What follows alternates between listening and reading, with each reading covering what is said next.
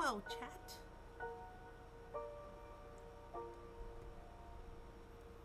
There's a cat under my desk, being a menace, as he does.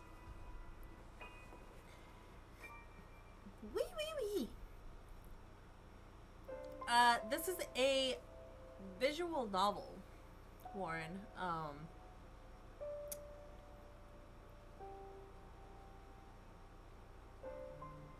It's a psychological mystery visual novel. So we did the first part yesterday with Amelie.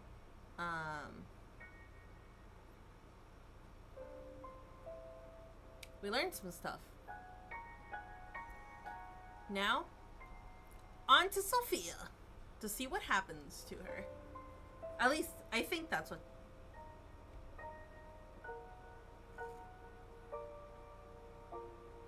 I think that's what happens. I don't know anything about this game. So also I have a smoothie.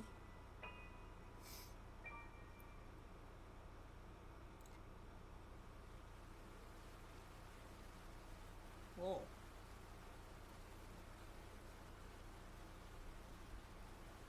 Already different. The rain never seems to cease at this time of the year. It pours from the sky in its unending grief, as if longing for something unseen. Thunder roared in the distance, enough so to make the young woman flinch, but not enough to make her waver. The taxi gently rocked as the road turned to rubble, and the rubble turned to overgrown dirt track. Overgrown? Sure. Outside of the window, Sophia could barely see a few feet through the raging storm. It made her feel uneasy. In her lap, a letter. She read the words again, despite knowing them off by heart. Dear Sophia, how glad I am to hear that you are well. I am healthy, although I believe I may have a problem of the heart. It has gotten quite lonely waiting here for my parents to return. I am thankful to have Lilica residing with me, but I still await the day where my family will be reunited.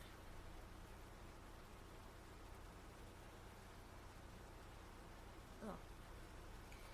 But you say that it is safe enough for you to visit? Truly? I have never even dared to dream of being able to see you in the flesh. If it is true, then I will await you at the address written on the back of this letter. Yours, Amelie. Sure. You sure you have the right address? We're in the middle of nowhere. Sophia stared at the fragile, handwritten address that Amelie had left her, had trusted to her. Yes, this is the right way. I'm sure of it. It's on the to-do list. Her heart wouldn't settle. Meeting what could be a stranger in the middle of nowhere on a day like this. Who wouldn't be nervous? Yet there was something else. Eagerness, a thrill. Something beyond mere nerves that turned into excitement. She could barely imagine the hand that had penned the letters she had been receiving for years on end, let alone a face. They've been pen pals for years? Oh, I thought this was something recent. What? But for some reason, her heart still beat hard when reading the words that the mysterious young lady of 19 from a manor far out in the middle of nowhere wrote to her. How old is Sophia? Desperate to calm her jitters, she pulled out her phone, looking to send her worried family one last message of reassurance, only to find that it wouldn't switch on.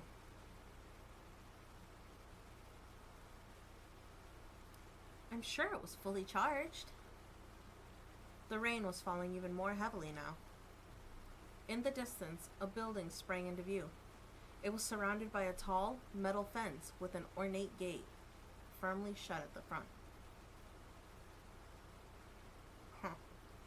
Just then, the taxi sputtered and rolled to a stop, smoke rising from the hood. What the? I had the service a week ago. Is something wrong?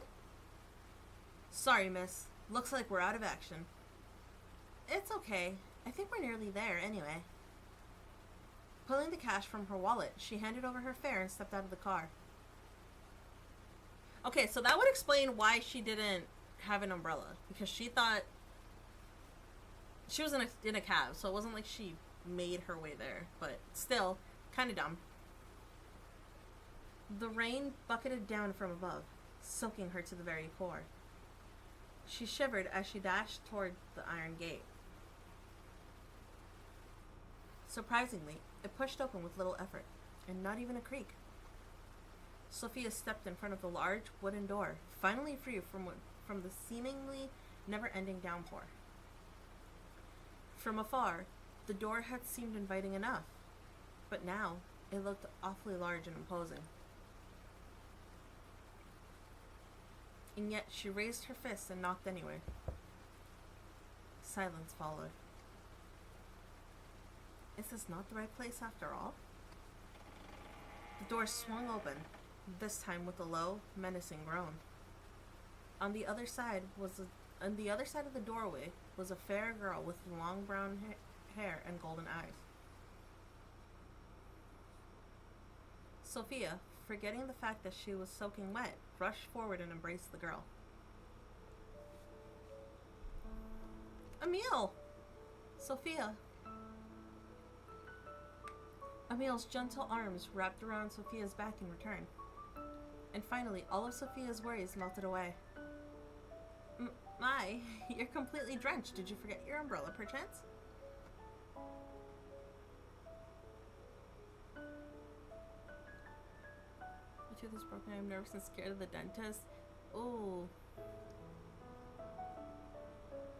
sucks, Ninja. I'm sorry.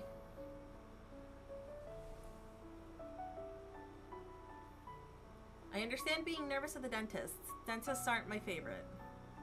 I don't like the idea of anyone touching my teeth. But they're not super bad. It's really just like you get in your own head with it.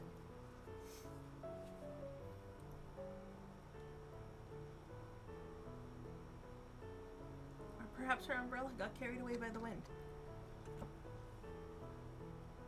Behind Sophia, the front door swung shut without any assistance. I didn't even think to bring an umbrella. The forecast said sunny all day. My fault for believing it, I guess. I can't believe you're truly here. Me either. About time, right? I assume Amelie described herself to her, because it just now clicked that they didn't... Like, they've never met before. So how would she know which one was Amelie? You're just as pretty as I knew you'd be. And you too. But what are you wearing? Seeing your house, I feel like I should have dressed up a little more. No, perhaps it is I that is overdressed. Sophia smiled. Somehow, her dress sense seemed to... her dress sense seemed to fit her writing style perfectly. Old-fashioned, and yet very neat and respectable. Sophia felt a slight heat rising to her cheeks. She really was so refined and elegant. Pardon my manners. My dear friend Lilica is here, too. I believe I wrote about her in the past. I remember. I've kept all your letters safe. Don't worry. As you should. Sorry, but is there any chance you have a towel? Of course. My apologies. I would usually have someone here to attend to us, but everyone's been sent home. Only the three of us remain. Let me fetch you a towel. Pretty sure I changed her voice from yesterday. Amelie withdrew from the hug. She was a little taller than Sophia, despite both being the same age. Okay, so she's 19 too. Sophia peered up at her from below before she disappeared down a hallway and into another room. This really is a manor. When she told me about her house, I almost didn't believe it. A layer of dust rested against the tabletop, along with a few other items. On the settee? Whatever. A newspaper sat open.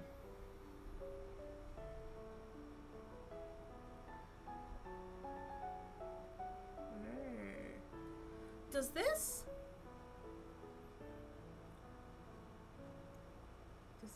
change what happens? I doubt it changed what happens, whatever. I looked at the newspaper, not at the... Okay, whatever. Deep emerald green. It looked almost unused despite its apparent age. On it rested a newspaper, open in a few pages. Sophia turned her head to read the headline, but from afar could only read the word, plague. Hi, Randy.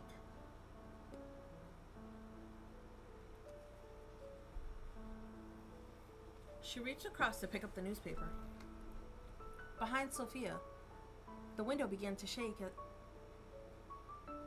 in the wind as her fingertips grazed the surface. It's so windy.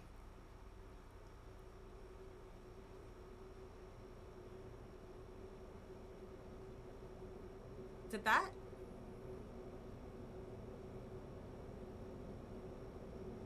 No, we followed Amelie at that point. 18 plus advised. Well, yeah. It's Yuri. I gotta be careful. There's a cat yelling behind me. She swung around just in time to see the front door fly open, and the howling wind filled the entryway.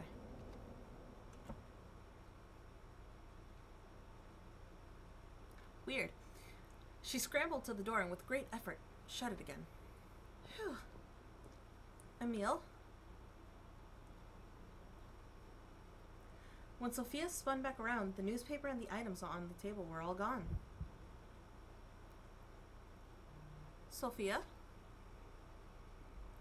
I'm scared. I'm also scared. I don't know what's happening. Oh, Emile. Please, use this. Thanks. I'll bring an umbrella next time. I promise. Sophia took the towel in her hand. It was soft, but somewhat old.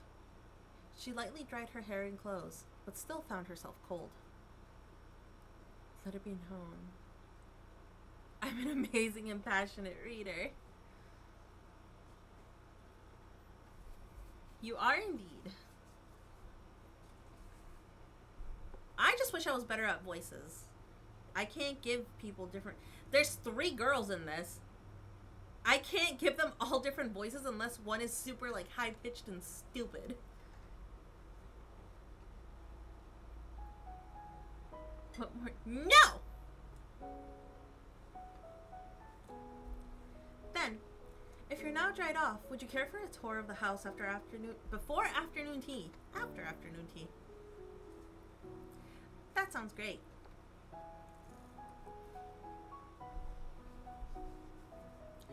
On your right is the pantry, and down that hall is the boiler room, but you shouldn't have any need for those spaces.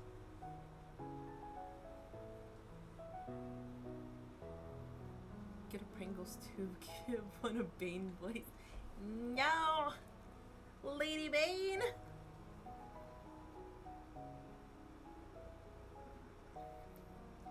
I'm just gonna hold my nose for one of them and have them talk like this. The two walked side by side, alone in such a big manor. These are all guest bedrooms. Yes. No! These are all guest bedrooms. I have prepared this one for your youth. If you find anything not to your standards, you can let myself or Lilica know. Emile, I have a feeling your standards are much higher than mine. I've never even been in a house that looks like this.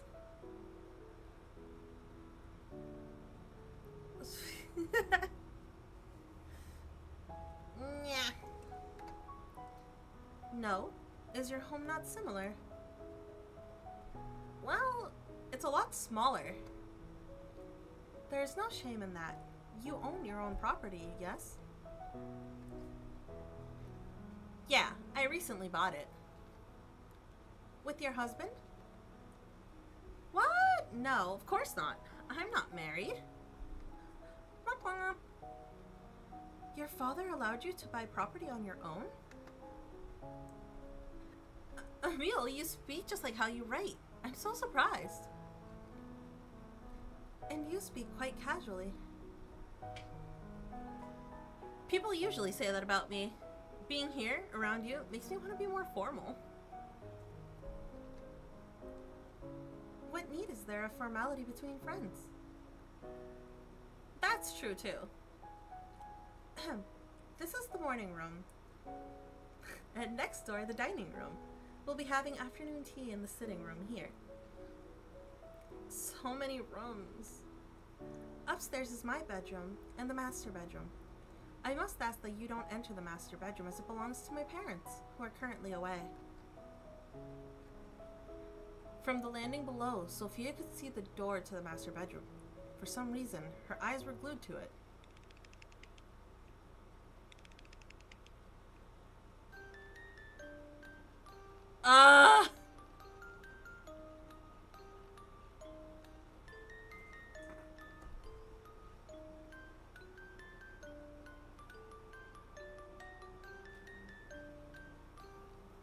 I don't like the music box.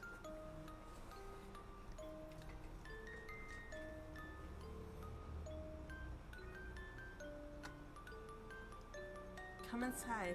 Come open the door. I don't like the spacing of these words either. Ugh. We're waiting for you. Wiwiwi! Hi, Juan! That was... I don't like that. I didn't like that. Of course, I won't go poking around anyway. Sophia shook her head, and time seemed to resume around her. All this walking has made me parched. Shall we take afternoon tea now? Sure, that sounds good. Why don't you have a seat while Lilica... Ah! Why don't you have a seat while Lilica and I prepare our food? Oh, I can come help.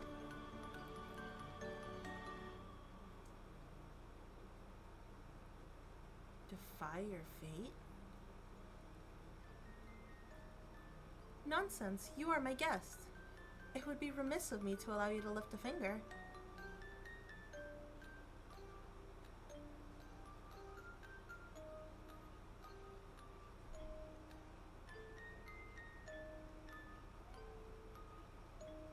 If you insist. If you insist, but I'm happy to help anytime.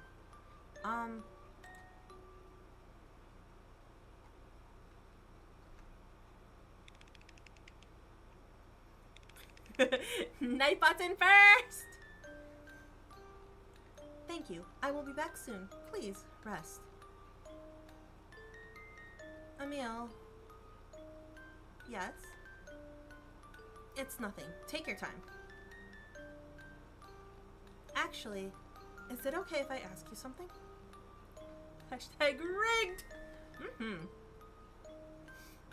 Of course it is. Is there someone else in the house with us? There's no one else apart from myself, you, and Lilica. TCM! He's not even here! Okay, so apparently Lilica doesn't exist? Is Amelie the psycho? Like, is she the psychotic one? I'm so confused. Did I finally get third back? Woo! I'll fight you right now. I'm off work for 6 weeks.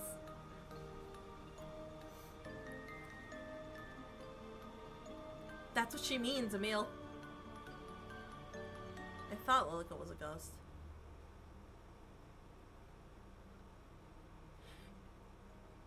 I didn't think she was, but when you think about it, she does look like one. She's definitely different from the other two. Even though she dresses the exact same as Amelie. I wonder if Ameli's a ghost too. But like a poltergeist. Happy place, happy place. And Lilica is... She's just gone into the kitchen. Didn't you see her enter? Right. My vision must be playing up.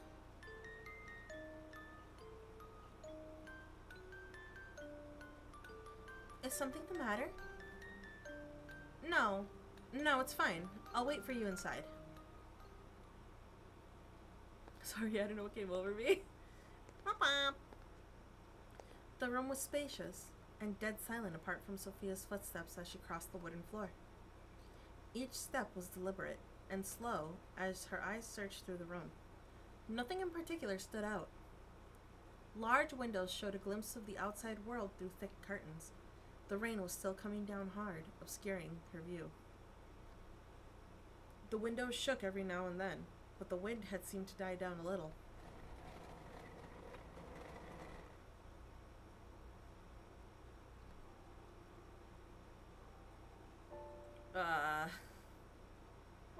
Behind her, a chair at the dining table had been pulled out, as if it were waiting for her to sit down.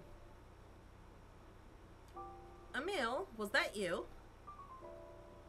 Amelie? Her hand rested against her chest, begging her heart to calm down. Or Lilica? Whether a hollow laugh sounded through the room or not, she wasn't sure. She quietly sat down in the seat that was left for her. The table was already set, but once again she noticed a thin layer of dust on the surface. Through the silence, Sophia could hear it again. Footsteps.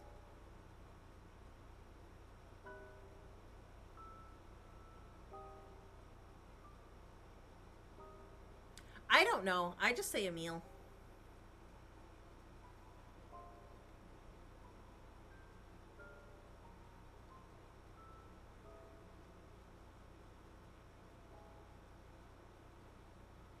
Or is it like Amelia without the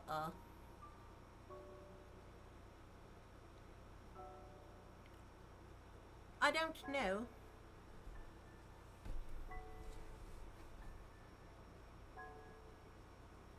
Amelie? Amelie? I wonder if I can find a pronunciation. I don't think I can find a pronunciation anywhere.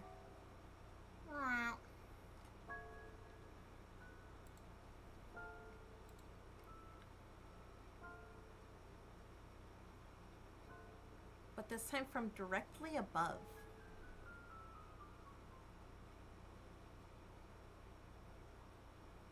Oh, is that... Is she gonna walk into the room now? Into this room now? Can I help you knock this? What are you doing? What the cat do?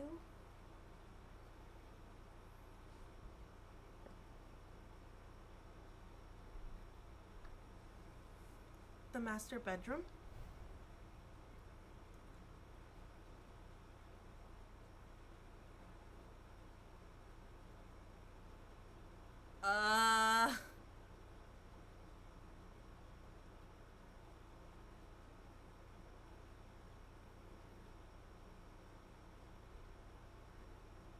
I don't like this either.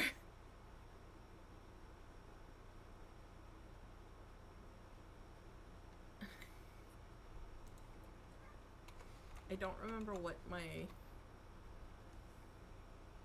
Is this the command?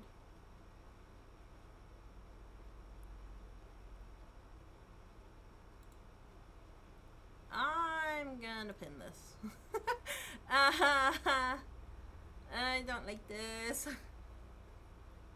In front of her very eyes, Sophia watched the scene unfold.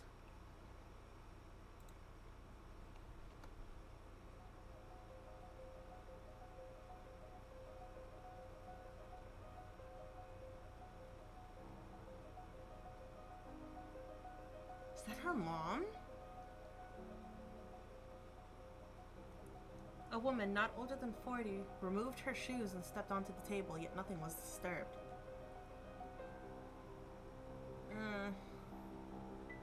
I don't even want to read it.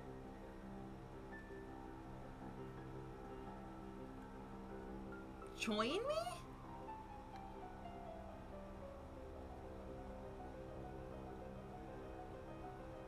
Hi, Doof. Thank you for lurking. The woman's eyes locked onto Sophia's. Her hand was outstretched, waiting to be taken. A rusty smell filled her nose.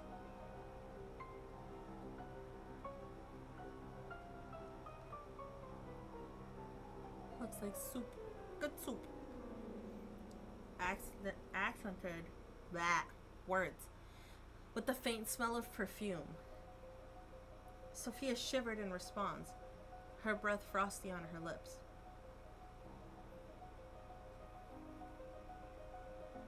She reached for the hand slowly. Why are you reaching for it? Why would you do that? Don't do that.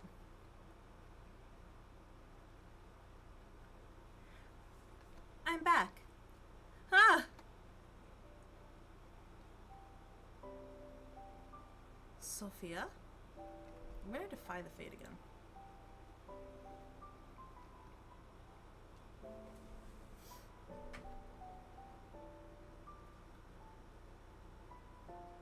Why would you go to the light? Don't follow the light! I'm I'm sorry, you scared me. Is everything alright? No. No, it's not alright. Nothing's alright right now. Sophia stared at the spot the woman was only a moment ago. Both she and the noose had disappeared. Is she gonna ask to leave? Something is the matter, isn't it? Did something happen within this room? Happen? What exactly do you mean? Did a woman with brown hair tied into a bun and a dark green dress ever live here? Is that her mom? Please don't tell me that's her mom.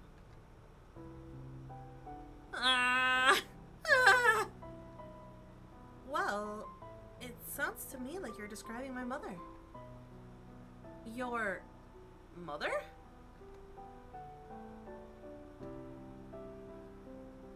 Yes, she's just as you described. But you couldn't have seen her here. She's still away. Right. Let me pour us tea before it gets cold.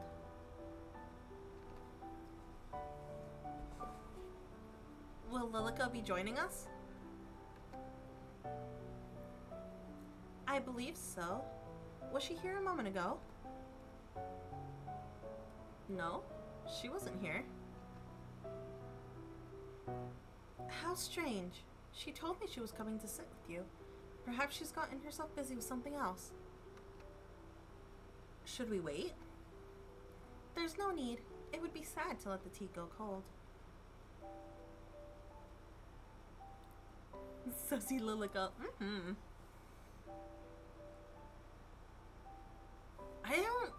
I don't know that Lilica is the problem, though. Now it makes me feel like she's the problem.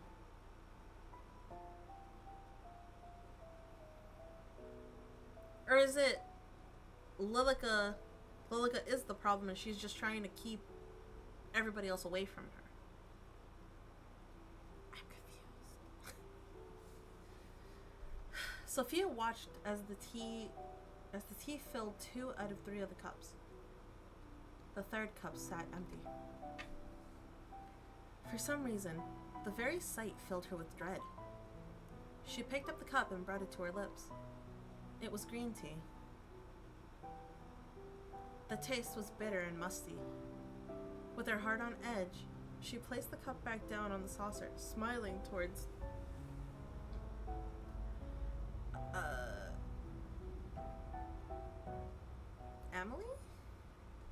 Amelie?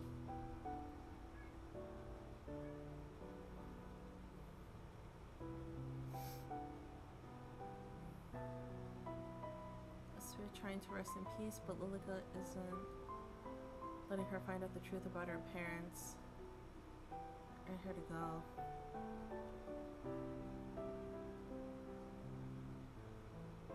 Oh, that's true.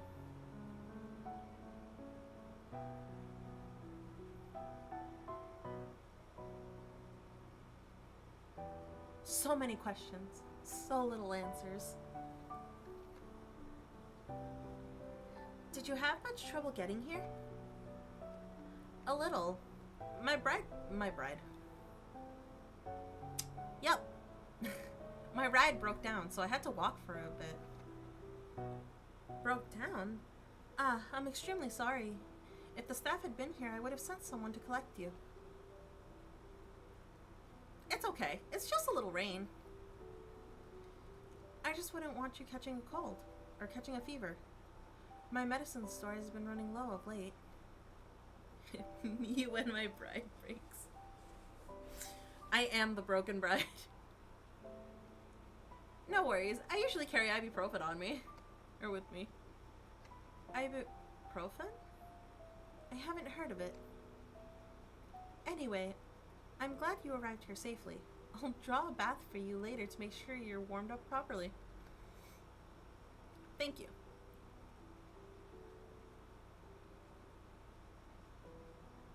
I don't know how to say her. Can I just call her Amelia?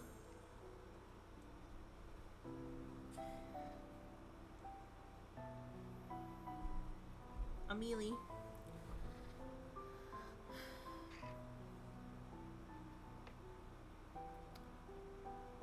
Sipped at her coffee before looking down at it with a confused expression. Is it the green tea that she calls stale? Yeah. Well, a little stale. I'll ask my father to procure a new batch when he arrives home. Where are your parents, by the way? Well, we were separated due to the plague. They took the staff to wait until a cure is found and left me here with Lilica so as not to catch disease. So as to not catch the disease. I can't read. Womp. Right, I understand. I spent a lot of time separated from my family due to the pandemic, too. It warms my heart to find another thing in common with you, Sophia. I was surprised to hear that it's safe enough for you to visit. Perhaps that means my parents will be back soon, too. I think so. The world seems to be opening back up again. So, what do you do, locked up in this big house all the time? Well, I usually spend my time sewing or playing music. I used to write, but... Well, my parents wondered if it was feminine enough. I don't really think that matters. If you enjoy it, then I say you should do it.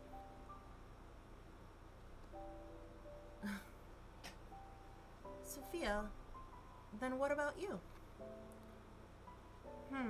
Well, I'm studying art at university right now, so I guess that's what I spend most of my time on. You attend university? Yeah, although I'm thinking about dropping out.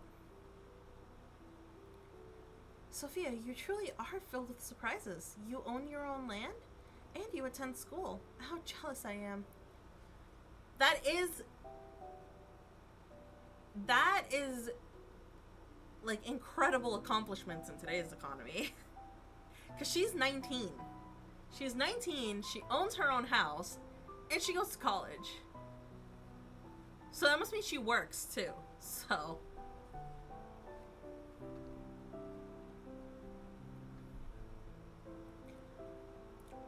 why don't you do the same? Oh no, I'm not allowed. Of course you are. Anyone can attend within reason.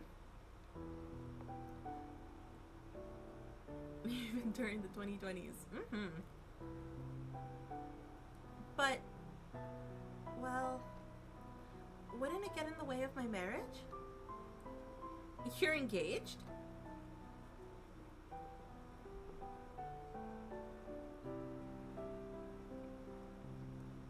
Why do I keep wanting to say Emile?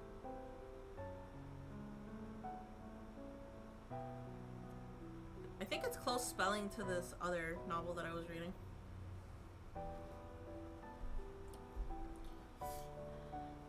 Whatever. She shook her head. No, not yet, but I'm already 19. I'm sure my father has prepared my dowry. An arranged marriage? Yes, naturally. I don't think I'll ever get married. Really? Doesn't your family object? I don't think they really mind as long as I'm happy. You don't have to either, you know? Wee. You've given me much to think about. Much indeed. Now, I wonder where Lilica has disappeared to. Well, it's no matter. The evening is already coming, and soon it will be dark. Shall I draw you a bath? That sounds wonderful. To be honest, I'm not hungry. So can we skip dinner tonight? Of course, if that's what you wish. Let me show you to the bathroom. Before she left the room, Sophia took one last look back at where that noose once hung.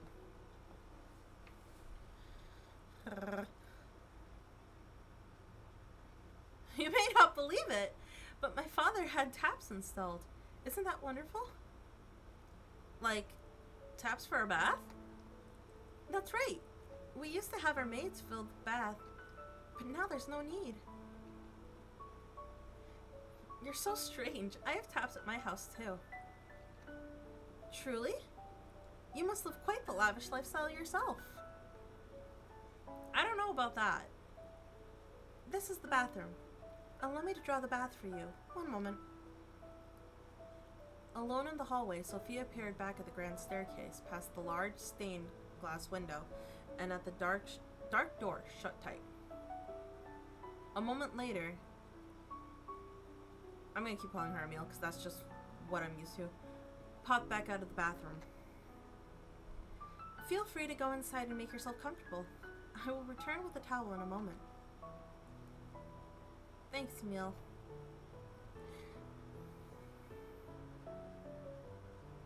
So this is her.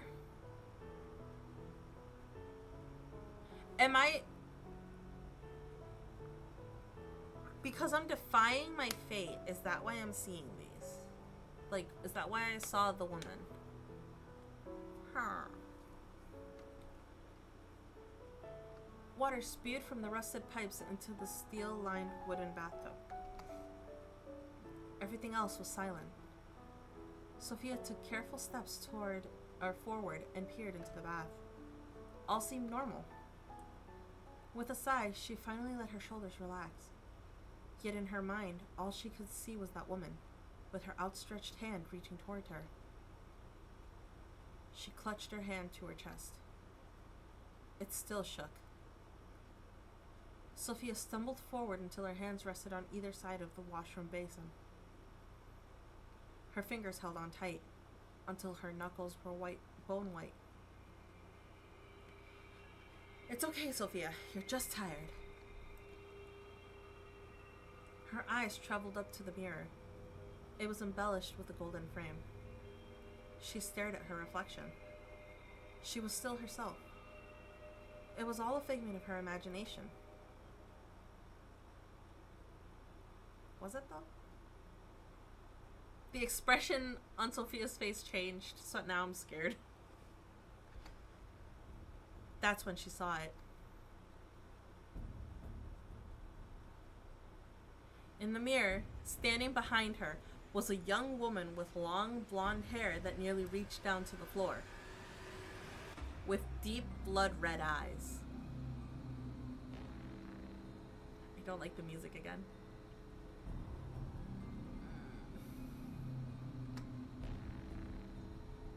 Yeah, that's Lilica. That has to be. She didn't try to speak or make any movement. She just stared with her big, dark eyes. Who? Sophia wanted to spin around to confront the girl, but her whole body was frozen stiff. The young woman finally started to move. One step at a time, maintaining eye contact through the mirror, she crept closer. Closer and closer, until Sophia swore she could feel her breath on the back of her neck. Her mouth seemed to be moving, but no words escaped her lips. Who are you? She spun around, but no one was there. Huh, huh. The water overflowed from the tub, spilling out over the floor. Sophia rushed forward to turn off the tap and noticed it.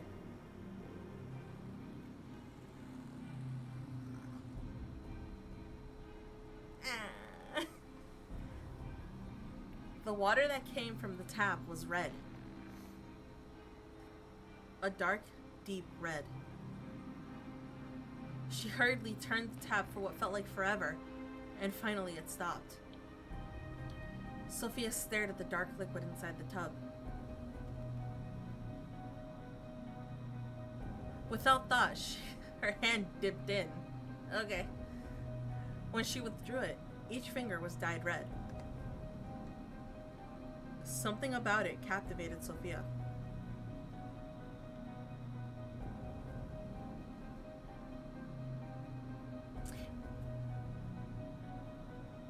Okay.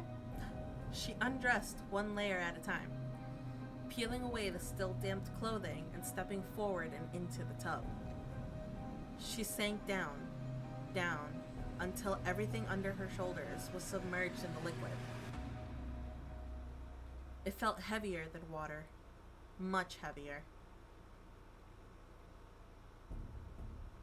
As she stared directly ahead, those blood-red eyes reflected in her mind. Bro!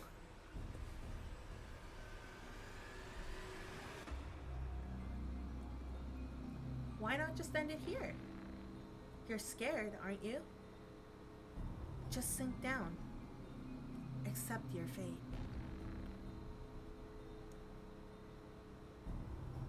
Accept it? She could no longer hear the sound of the door opening as her face sunk down into the liquid, her eyes shut. Sophia, I knocked but didn't hear a reply. I brought you a towel. Ah.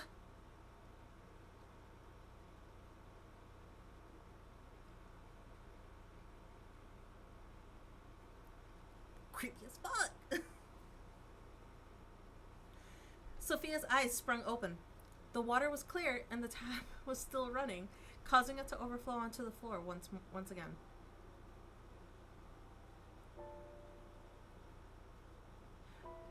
Yeah, she was definitely hallucinating again. I assume at this point it was Lilica trying to make her do things. Sophia drew her knees to her chest, still facing away from Emil's voice. Heat rose to her cheeks. Being seen like this, by her.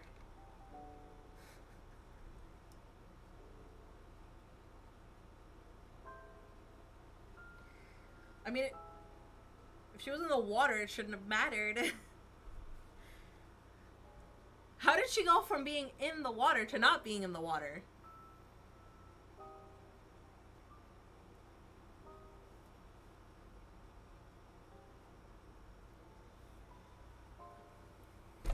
Ow. Magic. Imagination. Oh, Sophia, please forgive me. I didn't realize you had already entered the bath. No, it's okay. I'm sorry, you just surprised me. I'll leave the towel over here. Thanks. The door shut again. Sophia finally turned back to look at where Emile once stood. No one was there anymore. Not Emile, not a woman in a long green dress, or a young lady with blonde hair. She sighed. What's going on? She sank into the water, although this time fully conscious of what she was doing. Not feeling all that much better, she stepped out and took hold of the towel that Emile had left for her. Water fell from her body as she stared at the cloth.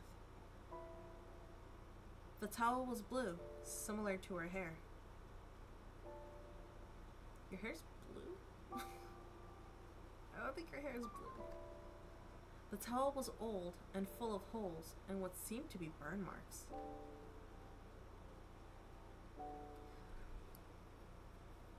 Burn marks? Reluctantly, she wrapped it around her body. From outside the door, Emile's voice called out to her. Let me come help. Sophia, when you're done in there, you can come to your room. Okay.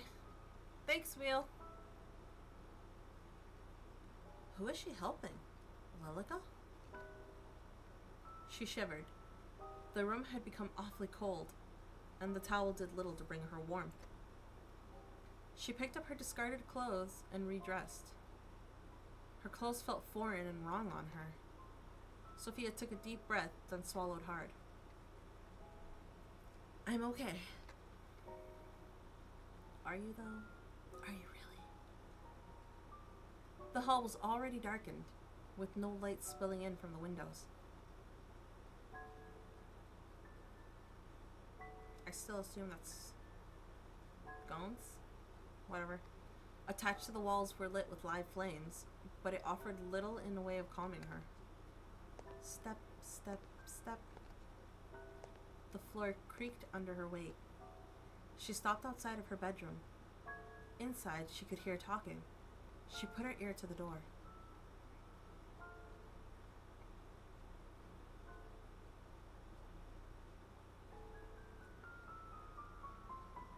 Didn't we already speak of this? You cannot leave the house.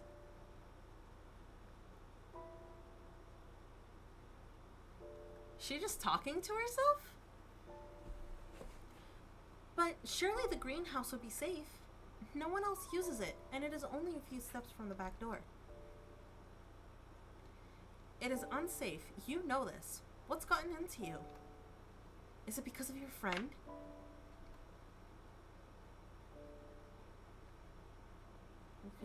They're the same person. Maybe she has a split personality? But then who did Sophia just see?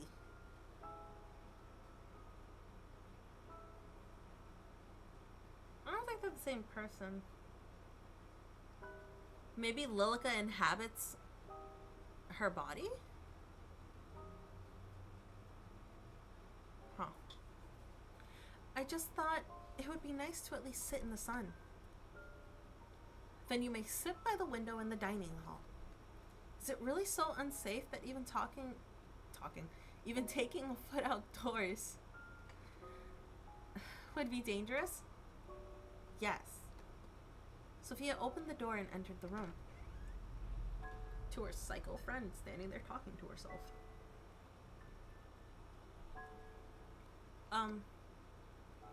Amelie stood by herself, making the bed. Sophia, I see you're done with the bath. Sophia looked away, thinking about what had happened in the bathroom. Were you talking about the greenhouse? Yes, did you see it when you arrived? I did, but it looked as if the plants inside had died. Oh, that's impossible. It's barely been any time at all since the gardeners left. I'm sure the plants inside are more sturdy than that. Well, even if they have died, maybe we could go in and replant some things tomorrow. How wonderful. Have you not heard a word I said? It is unsafe to do so. Oh. Oh, don't be such a spoil sport. I think it would be perfectly fine.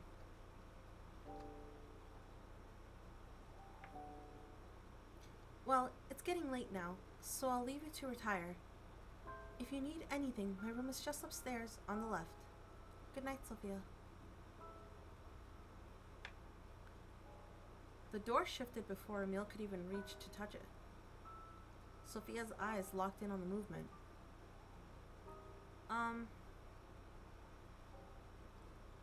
Amelie, would you stay for a while? Is something the matter? Just a little homesick. Sophia sat down on the bed before resting her head on the pillow. It was hard. Of course, why don't we chat for a while? Then come join me. Sophia gently pat the spot beside her in the bed. In the bed? Okay.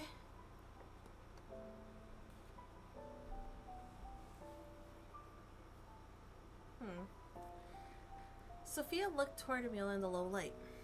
Right now, she seemed hauntingly beautiful, as if she were nothing more than a ghost. Foreshadowing. Thanks for staying with me for a while. It's nothing to worry about. Truly, I wanted to spend more time with you too. Really? You don't find me boring? You are the most interesting person I've ever met. Don't be silly. I am being completely honest. You truly are so unique. That was a really interesting choice of words. Foreshadowing. I think the same about you. I've never met anyone like you. Really? Her mind flashed back to all she had seen. Really, she truly had never met anyone like Emil. You wrote so much about yourself, and yet seeing you in person, I fear there's still so much I don't know. There's plenty of time for us to tell each other everything. I didn't read who was speaking. Then tell me something about yourself. Something you've never told anyone. I'm partially blind in my right eye. Really? How well can you see? It's okay, just a little blurry, really. You tell me something. Tell me something, she thought. Tell me what's going on here. Tell me I'm not insane. Well, when I was 12, I stole the cookie jar from the kitchen and blamed my brother. He was scolded for hours. What a mischievous child. I'm sure your brother wasn't all too pleased. Actually, it was his idea. He knew I wanted it and told me to tell my parents it was him if I was asked. What a good brother. Where is he now? Did he go away with your parents? Amelie shook her head. He died when he was 16. Oh, I'm so sorry, Amelie. What happened? Scarlet fever. So my family was left with only me as an heir. And what worth is a female heir? You're worth plenty. More than plenty. Thank you, Sophia. But some days I am unsure. It's your turn again. Truthfully, I said before I didn't want to get married, but that's not exactly right. I do. Oh? I just don't want a husband. Then... I'm sorry, does it make you uncomfortable? No. I have also thought that I don't want a husband. Whenever my father has brought it up, I've felt sick to my stomach. How about coming away with me for a while? Away? Outside of the house? What about the sickness? Yes. Away from this place. It's okay now. You'll be okay. You could come stay at my house. I could show you around my school. You don't have to go through an arranged marriage if you don't want to. You would do that for me? You are my dearest friend, and I actually...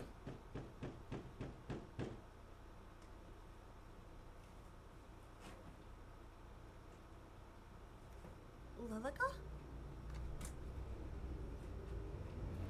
I have to defy my fate for now. The next one, I'll just let it happen to see what we get.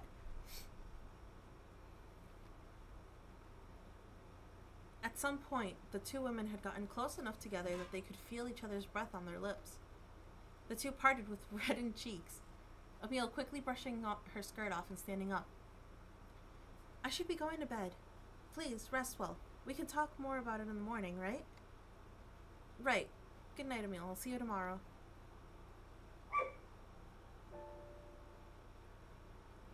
I hear a dog barking. Amelie, wait a moment. Yes? What does Lilica look like? Oh! What a funny question. You've seen her plenty of times already. With my eye, I sometimes struggle a little. Right, my apologies. She has long blonde hair, done up like this. Amelie pretended to put her hair in two low ponytails. What color are her eyes? Red, and she wears a dress of white and black with a red ribbon and the same color as her eyes. Dun, dun, dun! Thank you, Amelie. Good night. See you in the morning. Amelie left the room. Meanwhile, Sophia's eyes studied the space.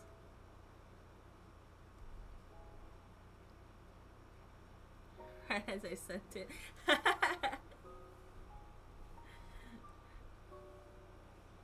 We're on the same wavelength.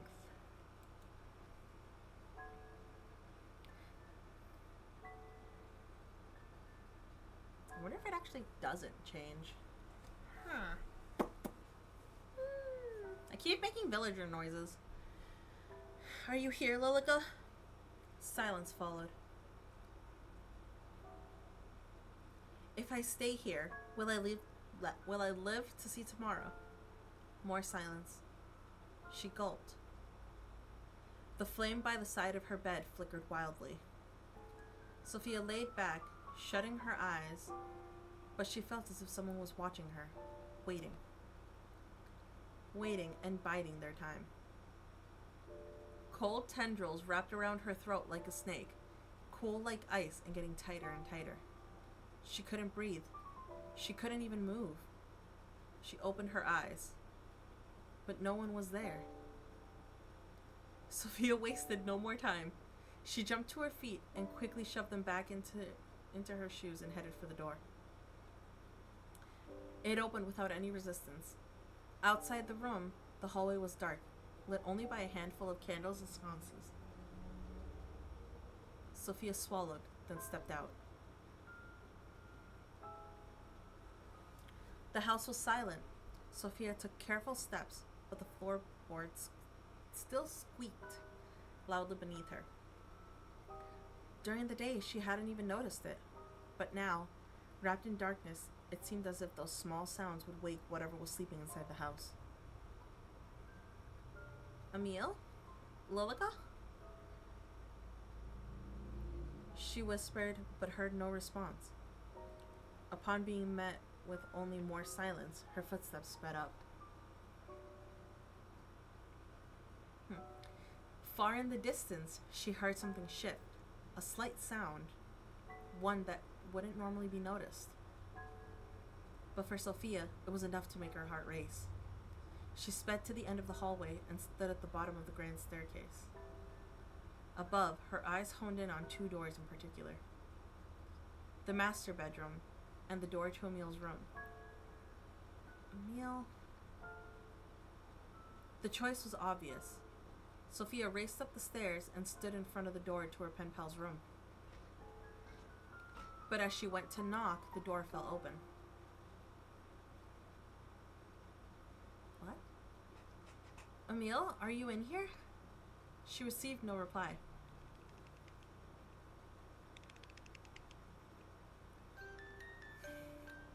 More music box. Sophia's head spun around. From somewhere deep in the dark, a gentle tune was being played skillfully. Her arms dropped to her side. The sound consumed her. Sophia drifted back out of Emilie's bedroom, chasing that dreamy song. Step, step, step. Through the darkness, all that mattered was that sound. She came to the end of the hallway. A single door stood in her way. A bookcase was pushed to the side. Without a second thought, she pulled it open.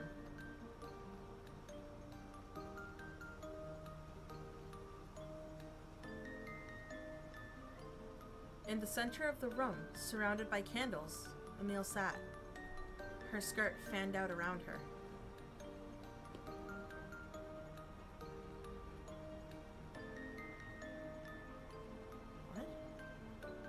Spread out over the floor were piles of letters.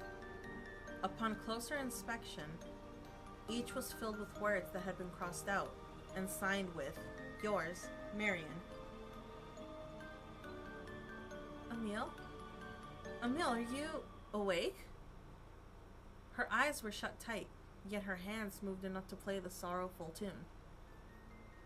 Please, listen to me, Amelie. Lilica is... she isn't... I'm not what?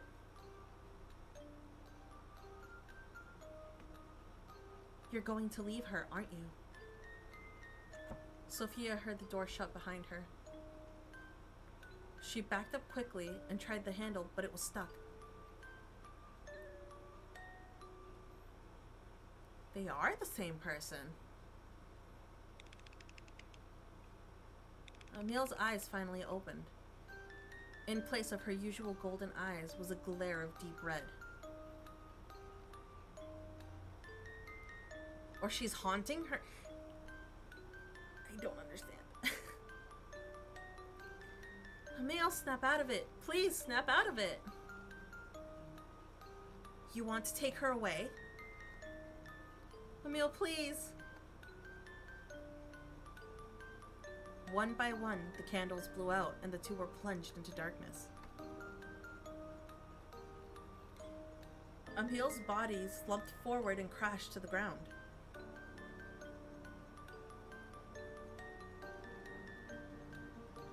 It's nice to meet you, Sophia. I'm sure we're going to have a fun time living together.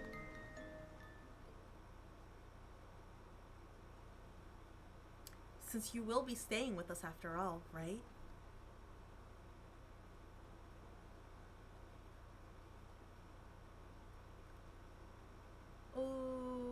Okay.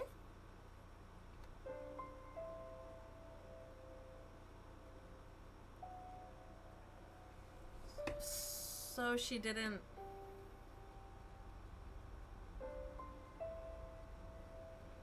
What happens if I...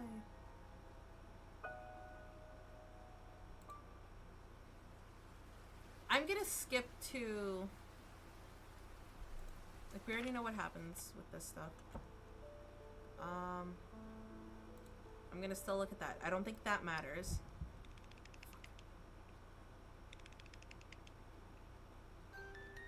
Okay.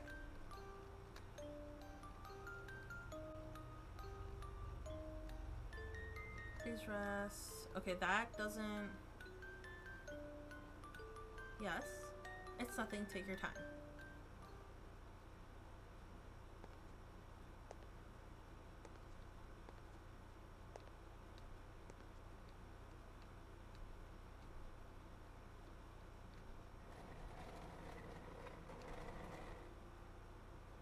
Okay, that still happens. But do we see the woman again? She could hear it again, footsteps. But this time from directly above. Okay. Okay, we do still see this part. I still don't like this part. Goodbye. No. Neil, I'm sorry you scared me. Is everything alright? A moment ago, the news had disappeared. Yeah, I think I'm just a little tired.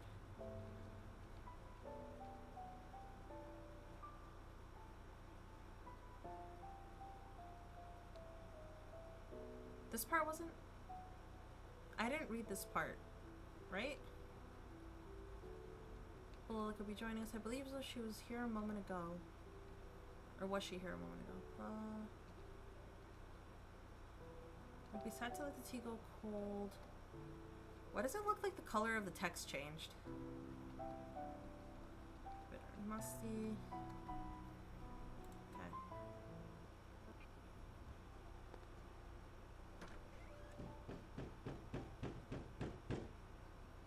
Okay. All of that still happened, so... Cat, why are you like this? Hi.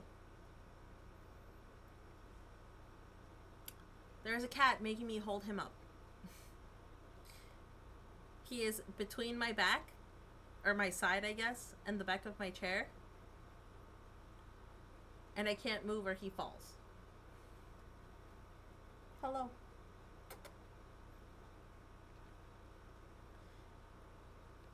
Already read this. Well, just left the room. You must have studied the space. Alright, so I have to accept my fate. So this one just dies, I assume. For some reason, Sophia just couldn't sit still. She tried to lay down to rest, but turned this way and that, uneasy. I'll get some water. Can't defy it! Can't defy it if I never chose it. The hallway was dark, with most of the sconces, whatever, having been blown out already. Sophia stepped carefully through the space, conscious of the sound her footsteps created. The kitchen was by the stairwell. Hand-painted portraits were lined up in rows on either side of the hall. That would terrify me. I don't know if any of them are people. I assume they're all people, like, because they're portraits, but that would terrify me. She stared up the grand staircase. Each step was inviting, enticing her to make the ascent. Her large eyes stared once again at the imposing stained glass window, and then to the doors that awaited upstairs. Her hand rested against the kitchen door, her fingers dancing over the handle. It stayed there as her mind debated with itself. Waiting, waiting. Come here. Come visit us. Her hand dropped to her side as she ascended, past the glass window, and to the next floor. 2 doors awaited her. A chill ran through the air as the scene played out before her. Okay. 2 women dragged a man's body up the staircase, leaving a trail of blood on the otherwise pristine carpet. They pushed open one of the doors. The man's head hit the final step, but he made no move to stop them, nor cried out in pain. He was already long dead. The figures disappeared into the room. When Sophia blinked, the door was shut again. She trembled. The master bedroom. From behind that closed door, a voice called out to her, but the words were much too faint to make out. Her hand rested against the handle. Sophia couldn't stop it from shaking. With a careful motion, she pushed the door open. Hi, cat.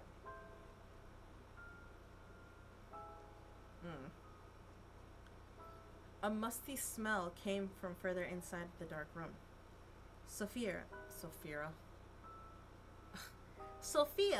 peering into the darkness, quickly took hold of one of the lit candles near the room and stepped inside. The one room you were told not to go in. A portrait set above a large canopy bed. Sophia. Fear. The curtains were pulled back, hiding whatever was inside. In the portrait, Amelie sat beside a woman with a green dress and brown hair done up into a bun. Standing behind them was a man with an imposing brow and a large beard. Is that the man she saw? Is that her father? A family of mice ran from under the bed and out of the room. Sophia jumped to the side, narrowly avoiding them. Step, step, step. Each step brought her closer to that bed. Each step made her chest feel heavier, tighter. She stood before the bed and reached a trembling hand to the curtains that hid whatever lay inside.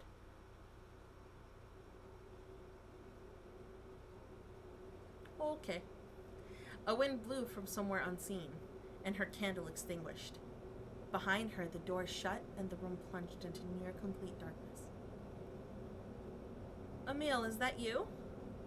I'm sorry I came in here after you asked me not to. I'll just go now, okay? Her body fell forward before she had a moment to react. She tumbled through the curtains and landed on something hard that rested on the bed. What? The curtains flew open and the moon shone in from outside.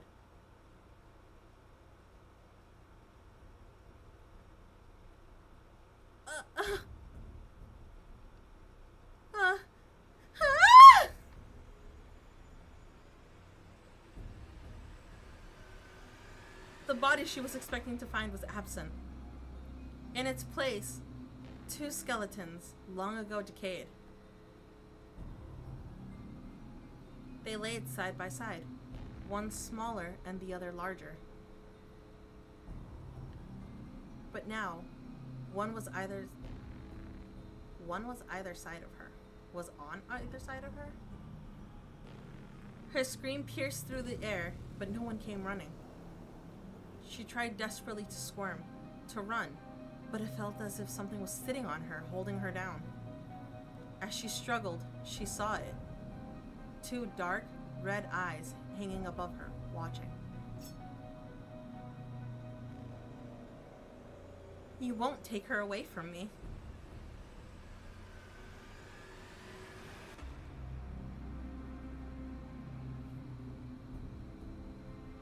Okay. That one was more of the ending I was expecting.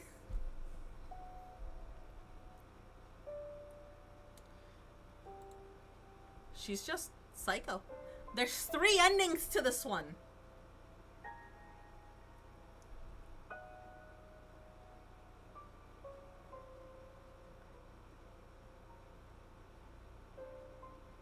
Why does it... Okay, these 2 are just normal. Look at Lilica's name.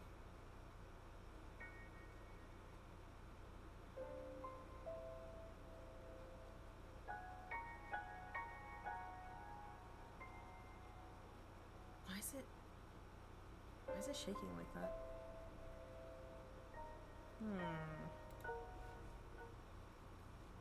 Onward to the 3rd one! I think I can skip this!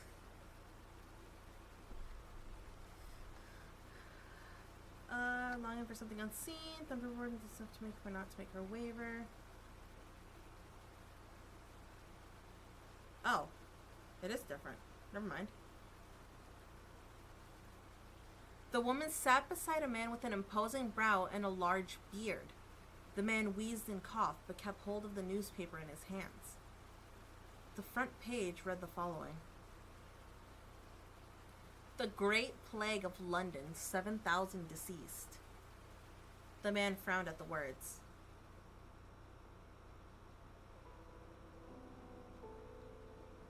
Lord. How utterly preposterous. What on earth are the physicians doing? The lady next to him coughed into her handkerchief. When she pulled it away from her mouth, it was stained red with blood.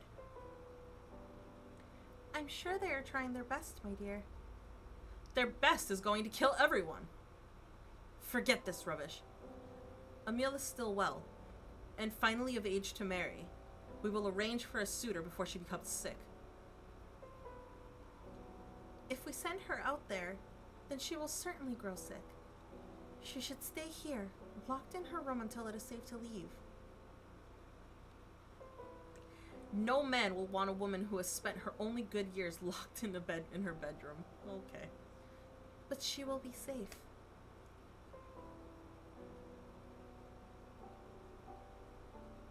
He slapped her!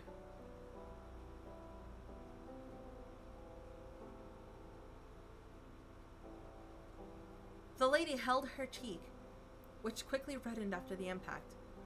The Lord glared at her behind his bushy eyebrows. You would do well to remember who she belongs to. Who you belong to. Bro! I will beat your ass! The lady blinked, trying desperately to stop her eyes from welling up. Lilica, please come here. Her voice carried through the otherwise empty house. Time seemed to pause for a few moments before a woman with blonde hair cascading behind her entered the room. She wore the dress of a maidservant and a neutral expression that wavered just so after seeing the mark left by the Lord's hand. She stepped forward, crossing the tiled floor with slow steps that seemed to match the pace of the thunder that roared outside.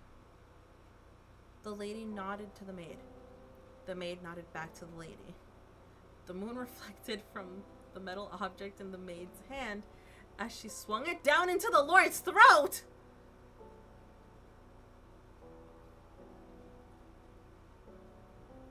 What? I guess I didn't have to do anything. Deserved. Noctis, can you move? You're heavy.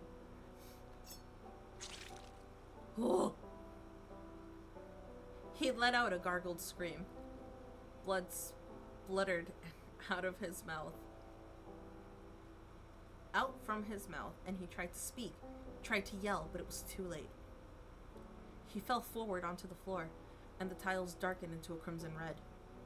He squirmed and crawled, searching for something that no one would ever know, before he fell still only a few minutes later.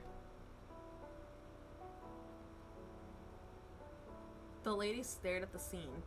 Her heart raced, and a laugh escaped her lips. Finally, finally! You'll never hurt Amelie. I hope you rot in hell. Damn! The maid wiped the knife against the small white hand towel. The stains would never be fully removed.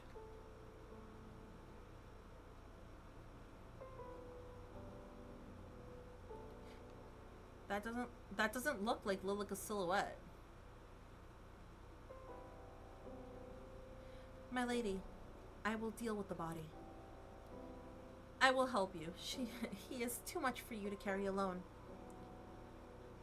But, my lady, you are sick.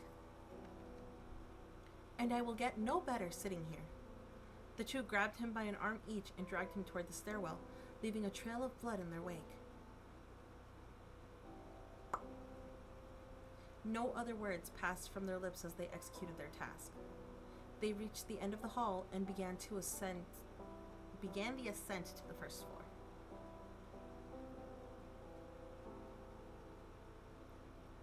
Maybe they were the women Sophia saw. They were. They definitely are.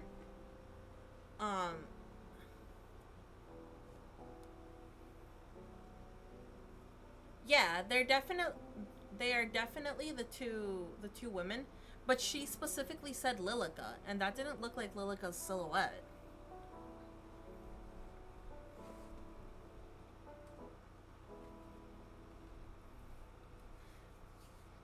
The Lord's head hit against each step with a soft thunk. Thunk, thunk, thunk. The house was silent in all other regards. Two doors sat next to each other. Both were shut tight. As the two women reached the top of the stairwell, the maid pushed open the door to the master bedroom and entered. The room was spacious and clean, with fresh bedding left by the maid just the same morning. On the wall above the bed, a newly painted family picture. The two struggled and finally lifted the man onto the bed. His face was stuck in a terrified expression, and his clothes were ruined. You will protect Amelie, right?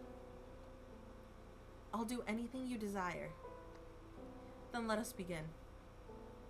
Lightning struck somewhere in the distance, lighting up the otherwise darkened room and showing many things that should have been left unseen.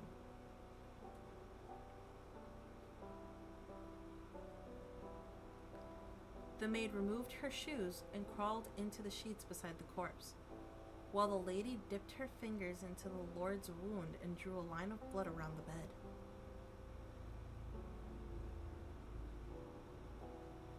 What? Are they performing some type of dark magic? She spoke softly to no one in particular, chanting words that should never be chanted. When she was done, she stepped over the threshold and approached the maid. Never let anyone hurt her. Protect her no matter what. I will, milady. Thank you, Lilica. You'll never truly understand how much your actions mean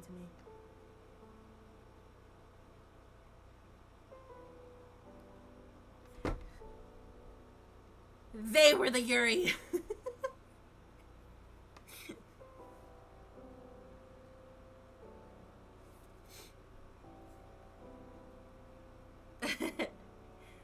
The lady leaned forward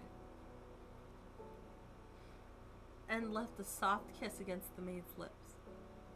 It was brief and gentle, and something the two had wished to share for longer than either would admit. Night-night, Andy! The secret, Yuri. As the lady pulled away, the maid drew her knife, still smudged with blood, and brought it to her veins. Nini! Goodbye, Lilica. Goodbye, milady.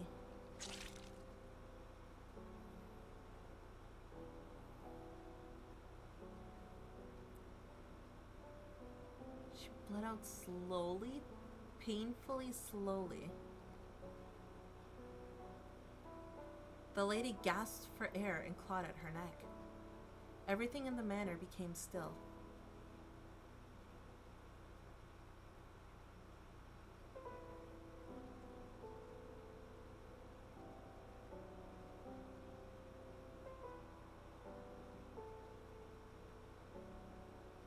What?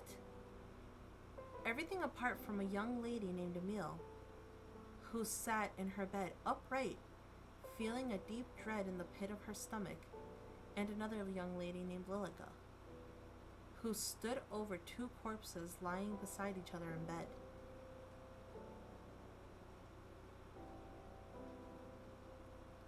The young lady named Lilica stared at the maid in the bed, her own face, her own blood seeping through the bed. And yet here she stood. She looked at herself at the mirror and saw a different person entirely. She was no longer the maid. She was Lilica. Her voice was softer, her hair longer. It worked. When she turned back toward the bed, Lilica froze. Both of the bodies were gone, and in their places, two skeletons. How long has it been? She walked toward the door and found it locked. Digging through the tattered clothes of the long-dead maid, she retrieved the key and opened it. The door beside the master bedroom sat ajar just enough for Lilica to peer in. Amelie sat on the end of her bed, staring at herself in a small handheld mirror while brushing her hair. Apparently it was a success. But I am confused now. She hummed a quiet tune, but froze as her eyes met Lilica's. Who are you? I am Lilica. Lilica? But your mother told me that you had a maid named Lilica. What a coincidence. What are you doing here? How long has your mother been gone? My mother? I just saw her. She frowned and clutched her head, as if she couldn't quite remember. I saw her just this morning. I see. Your parents have left to be cured of the plague. They have asked me to stay here with you until they can return. Really? A cure truly exists? That's right. So until then, how about we be friends? Amelie's face lit up. Their eternal friendship began.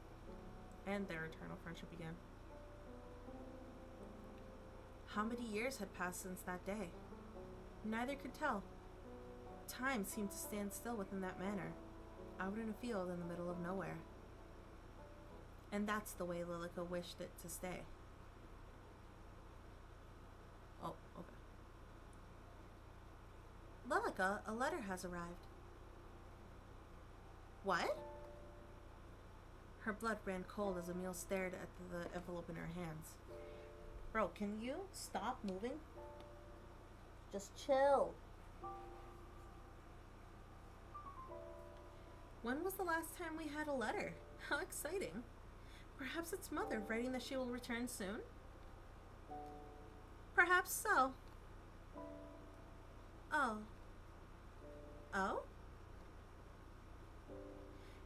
It seems to be addressed to someone else entirely.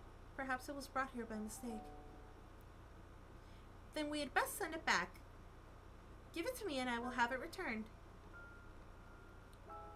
A peek wouldn't hurt, don't you think? Oh. Lilica watched as the first crack formed in her fragile world. I will dispose of it immediately. Give it to me. But it was too late. The letter inside had already been let loose, and Emil's eyes had already taken in the words left for someone else. Sophia. Lilica, I think I will write back. I will let her know that I received the letter by mistake.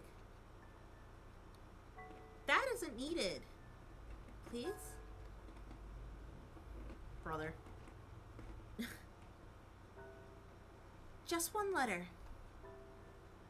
Thank you, Lilica. She just told her no. She's been like, no. I said no. Now shut up. How many letters had arrived at their door since then? How many times had Emile spoken excitedly about Sophia to her? Sophia. Sophia, Sophia, Sophia. It's always Sophia.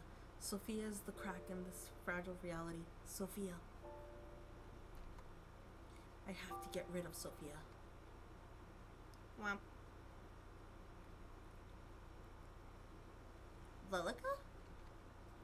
Lilica's eyes opened with a jolt. I'm sorry. I'm a little tired. What did you say?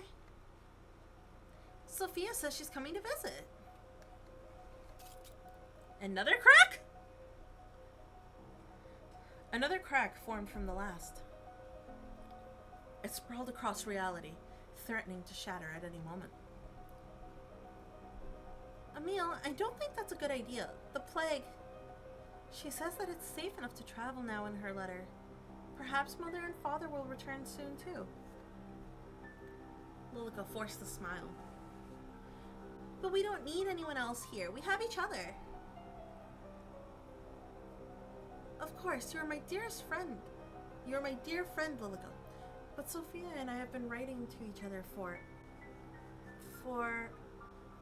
She shook her head as if chasing off the beginnings of a headache. For a long time, anyway. I'm excited to finally meet her. Will you be excited with me, too? We can all be friends. Right, friends. I'm sure we'll all be the best of friends. Nah, fam. For an amount of time that neither Lilica nor Emile could truly comprehend, the house was suddenly buzzing with life. Emile's footsteps were light, and her days filled with excitement as she waited the arrival... She doesn't like that at all. No, she does not. As she awaited the arrival of Sophia.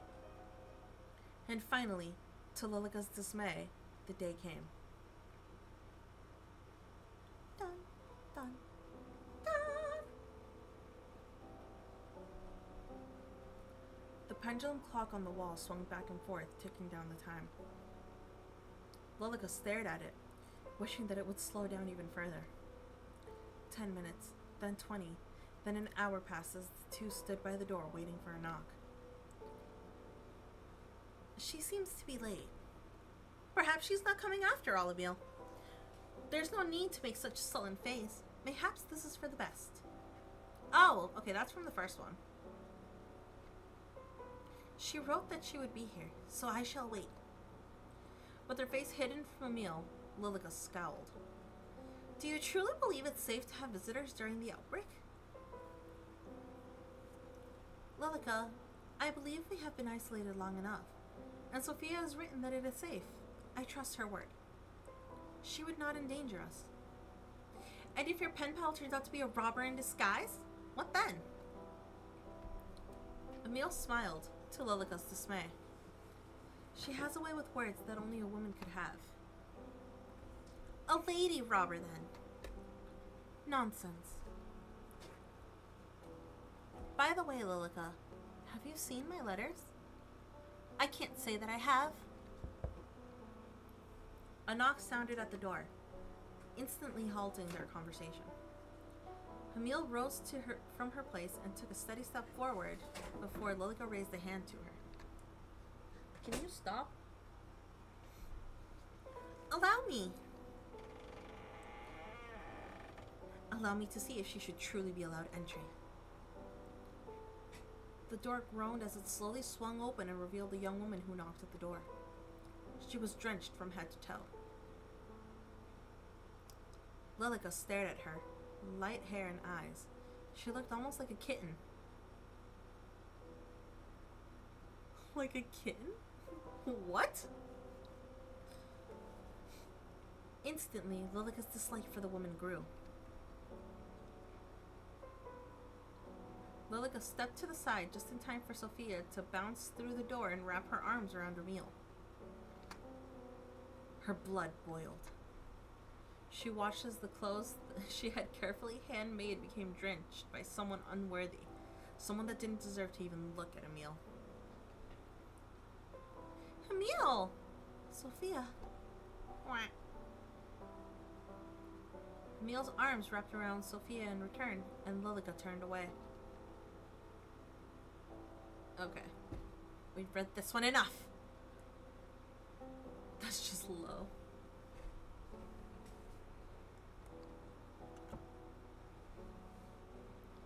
With a cool anger written over her features, Lilica shut the door.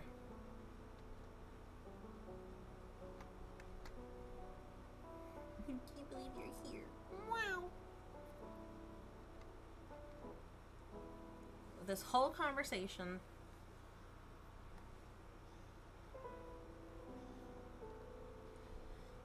I know this is going to be the same conversation every time. I don't want to read it again. I believe I wrote about her in the past, blah, blah, blah. You wrote about her.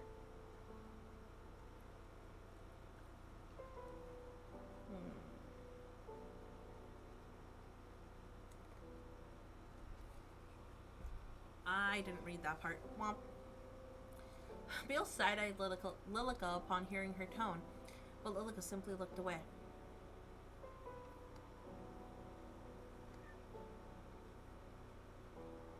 But why can she not see her? History. Hello, can you stop just like throwing yourself onto me? That would be great.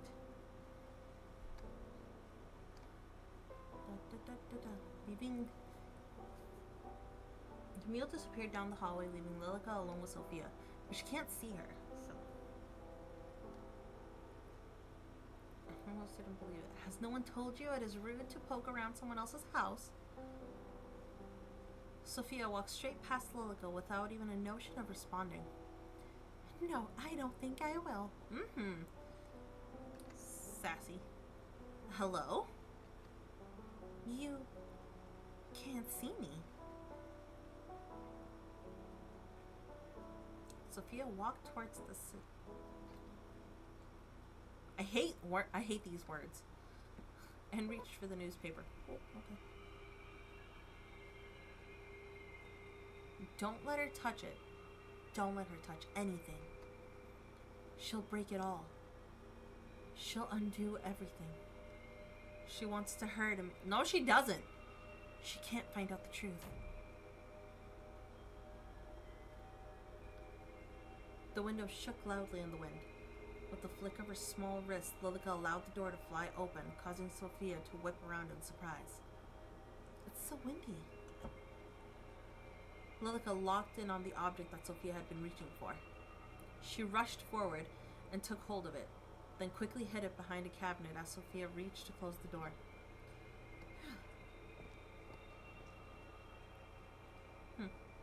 Sophia spun around, but looked straight through Lilica. Sophia? Oh, Amelie. Please, use this. Okay. I already used this. Lilica watched as Sophia dried herself with a towel. Our towel. It's not for her. There can't be a next time. Aggressive, bro. Sophia and Amelie walked side by side, close enough that their shoulders almost touched. Lilica stared at the place where they almost connected, seething with a quiet rage.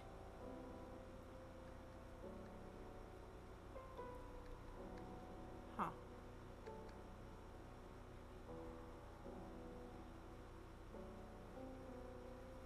It's weird if she likes her. Because this is like a 40-year-old woman. Technically. I had your mom, but I also wanted her daughter.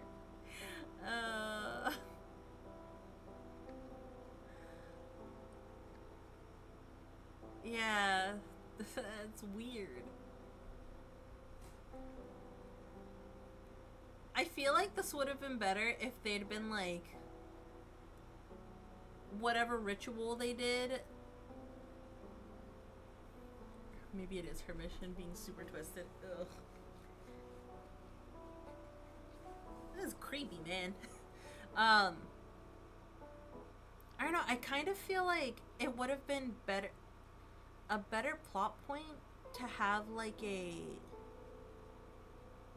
have that ritual happen, but have there be a daughter that's actually like Lilica's daughter, and then have the spirits of both moms enter the kids. Enter their children.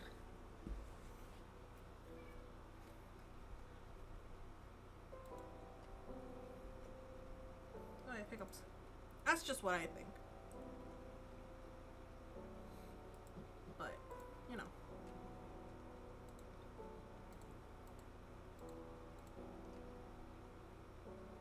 What the fuck is pinging me?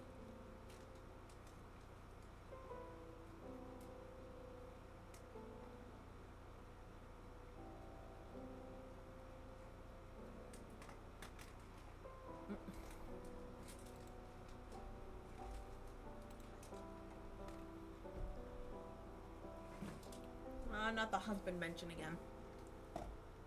I'm not married. Shut up. Your voice disgusts me.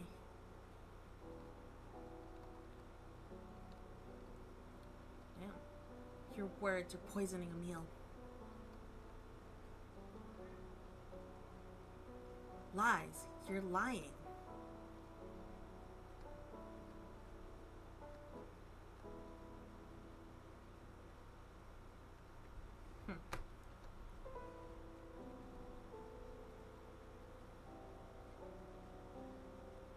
Sophia slipped through a doorway and disappeared. Emil smiled widely while Lilica just stared ahead blankly. Isn't this lovely, Lilica? To have a new face in the house. It feels like forever. Yes, how lovely.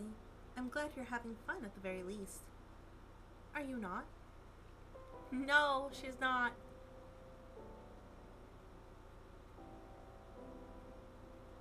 Sever her fate?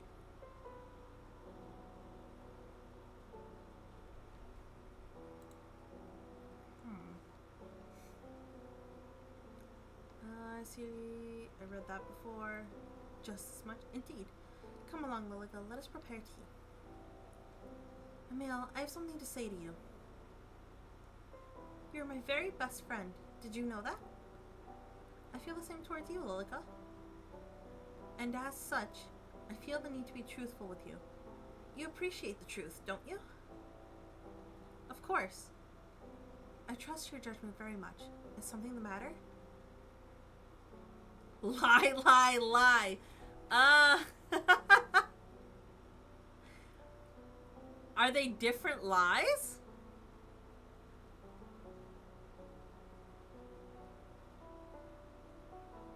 All lies. Also, I feel like I can do this by just doing this. Make it.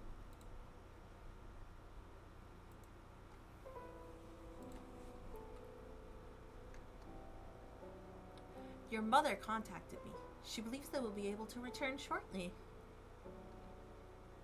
Oh, Lilica, this is wonderful news. Indeed. She was very excited for me to pass on her message to you, but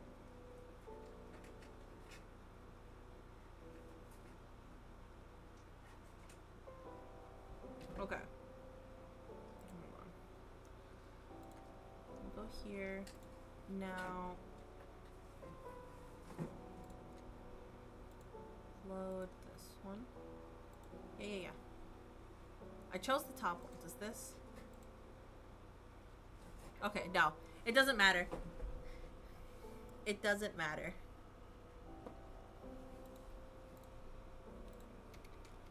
I mean, it might matter for the sake of the paths, but I think because it all has... Sure. Well, she wasn't pleased to hear that you had someone visiting without her permission. Oh. I thought she would be delighted that I had invited a friend.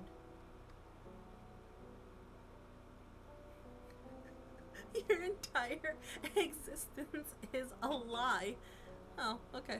The illusion of choice.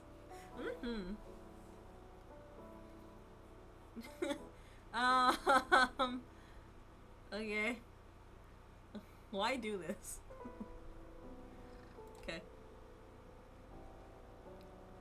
Of course. I pleaded with her that Sophia was a dear friend, but she wouldn't listen. I see. Did she say when she would return? No, but it seems to be soon. Then I'll send Sophia away like normal tomorrow. I can't exactly force her out into the storm, can I? Why not? Lilica. Naturally, I'm just teasing. Of course it wouldn't be right to send her away at a time like this. I'm glad to hear that we've come to an agreement. How pleased I am to know that Mother will return soon. Let's go prepare tea, shall we?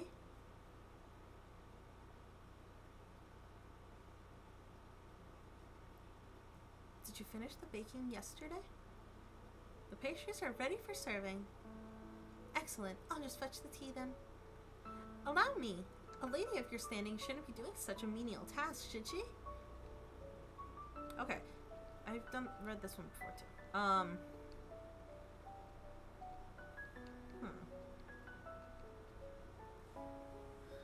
So how do we get 3 endings? Because I assume there's the sever her fate one.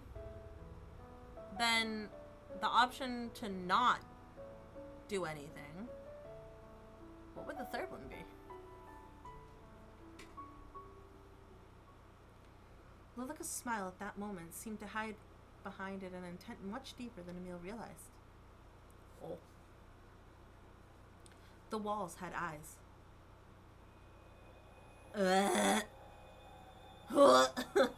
Not the eyes! I feel like I'm in Look Outside again.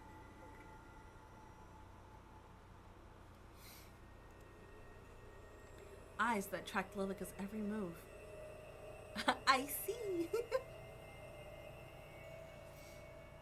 They followed her as she made careful, deliberate steps toward the sitting room. They stared, their eyes bulging, judging. They had no mouths in which to scream, but Lilica could still hear their words.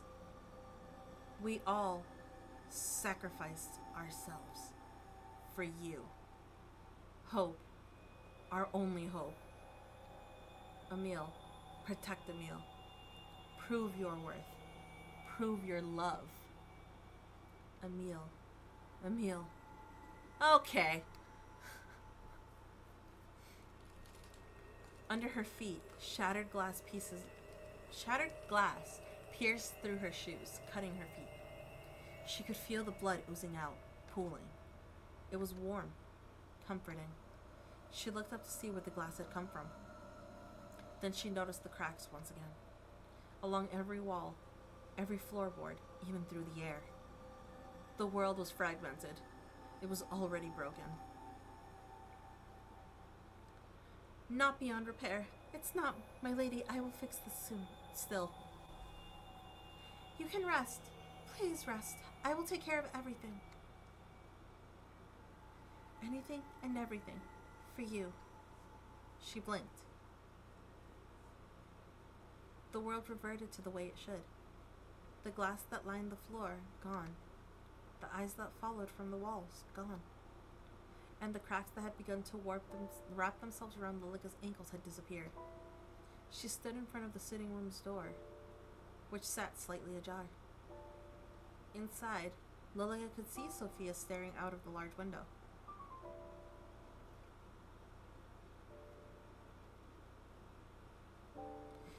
Her back stayed turned as Lilica entered the room. Of course, it wouldn't have been possible for Sophia to turn and look at her, but Lilica still found herself taking careful, quiet steps. The window shook. The window shook past the dark, thick curtains.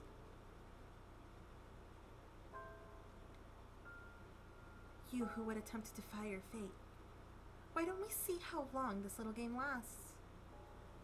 Why don't we test whose love is stronger? I swear, my love is unwavering. My infatuation, my yearning, my desire, you could never even wish to match it.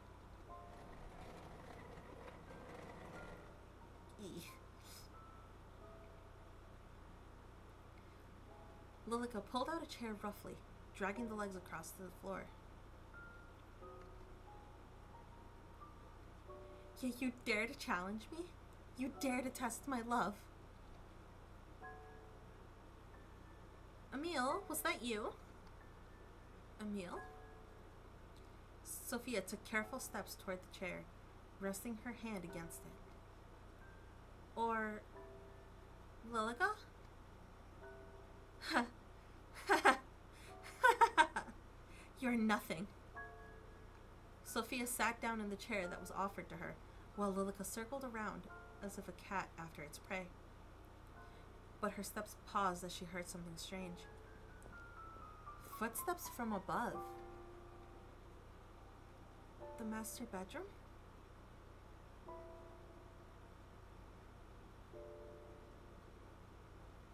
Lilica watched it too? Or is this a different scene? In front of her very eyes, Lilica watched the scene unfold. No, it is the same.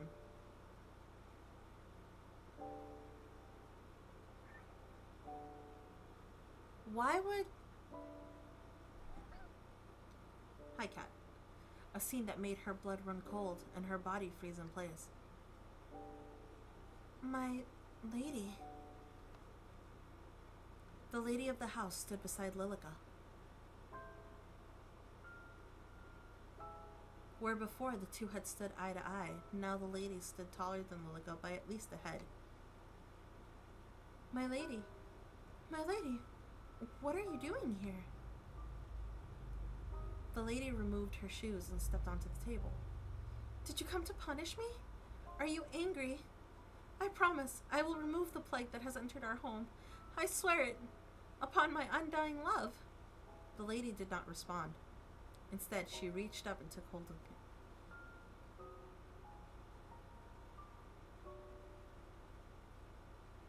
Exactly where the necklace that the maid had gifted the lady should have rested.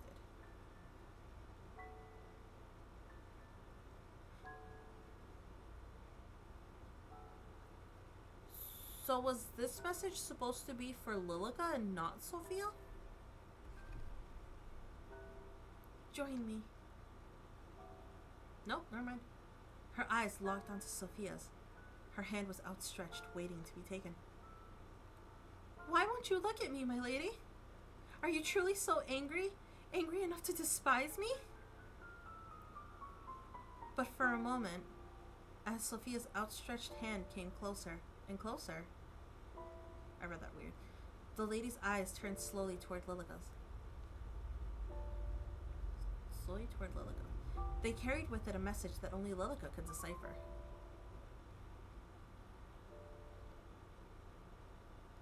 Lilica's body shook. It trembled and trembled until she could bear it no more, and she ran from the room as fast as her legs would carry her. If the hallway still had eyes, they weren't fast enough to follow Lilica. The floorboards, as if made of quicksand, threatened to suck her up and bury her deep within the house. Her feet felt heavy and leaden. Every step was as painful as that brief glance. She raced through the hall and up a flight of stairs, past the stained glass window, which left a myriad of colors over the carpeted steps, and past the doors that led to the master bedroom and Emile's room. Closer, closer, until she arrived at a bookcase She pushed it to the side and entered the hidden room. That's part of her broken world. It's possible.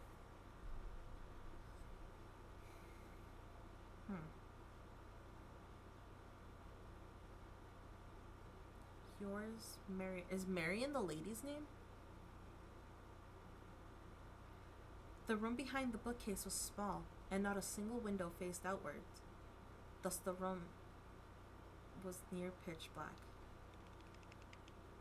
Each wall was plastered with handwritten letters. Handwritten letters clearly for Lilica alone. Her eyes, frantic, finally started to calm as she took in the words. Her words. Words left to her. For her. Only for her. Lilica's eyes settled on a particular letter.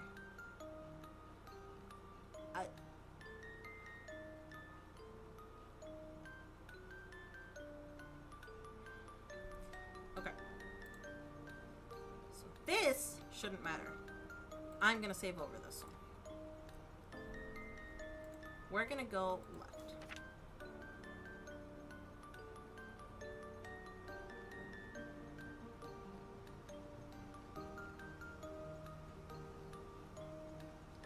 What? She crossed. Were they for a meal and they.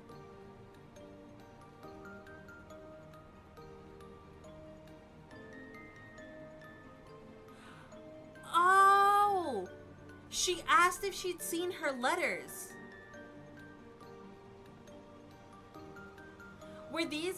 Are these Sophia's letters to a meal that Lilica took and crossed out their names and put hers and the ladies' names?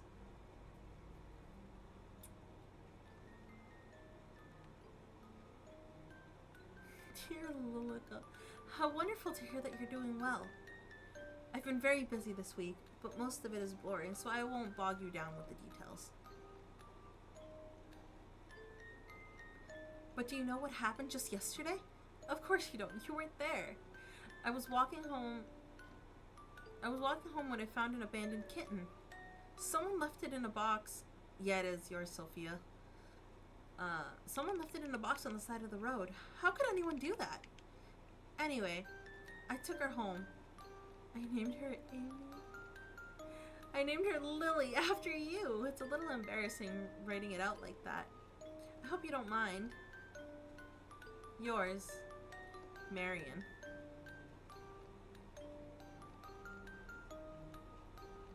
Oh, I guess this doesn't matter. Okay.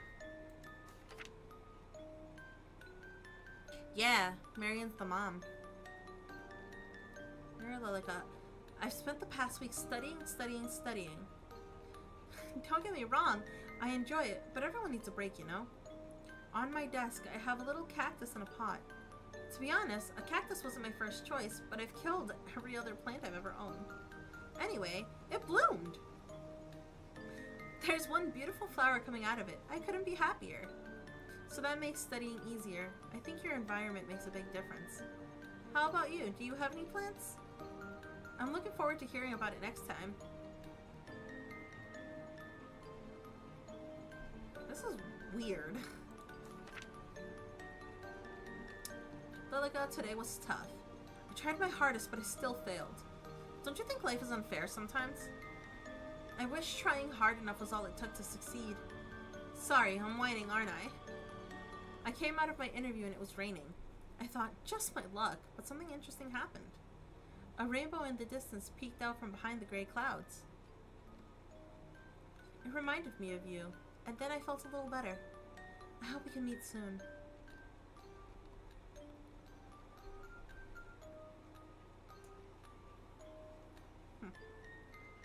She ripped the letter from the wall and clutched it to her chest, collapsing to her knees. She couldn't hate me. She couldn't. She adores me like I adore her. She entrusted her everything to me. Everything. Her everything. Emile. The letter dropped from her fingers that were neither cold nor warm. You want me to get rid of that disease, don't you? You won't accept me until I protect Emile. Is that right, my lady? I'd do anything. Anything you asked. So if that's all I have to do, then I will do it. I'll keep Amelie safe. Forever. Lilica stood from the ground and dusted off her skirt. Her face that had previously contorted in distress had finally calmed, and a smile gently crept onto her face.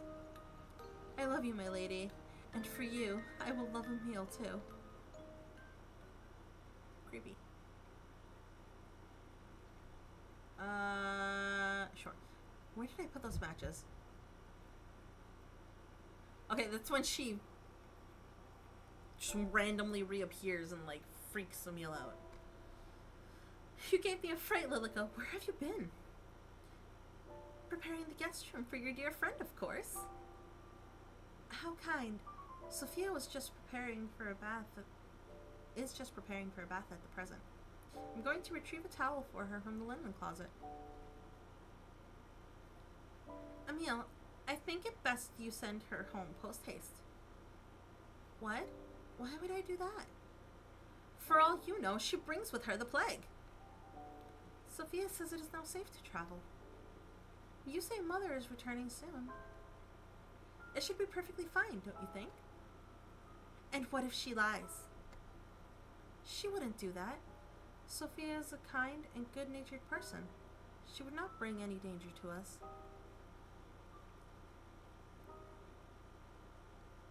Did you know that Sophia attends a local university? And she lives by herself, with no husband. She says that if I wanted, I could also study. Study? Study. She wants to leave? Leave the house? No. No. No, she can't leave. She can't go anywhere. She belongs here. She was entrusted to me.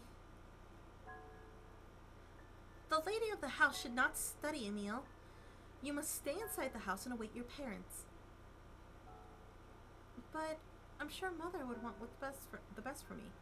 Perhaps, while I await her, I could go to inspect Sophia's school. Amelie.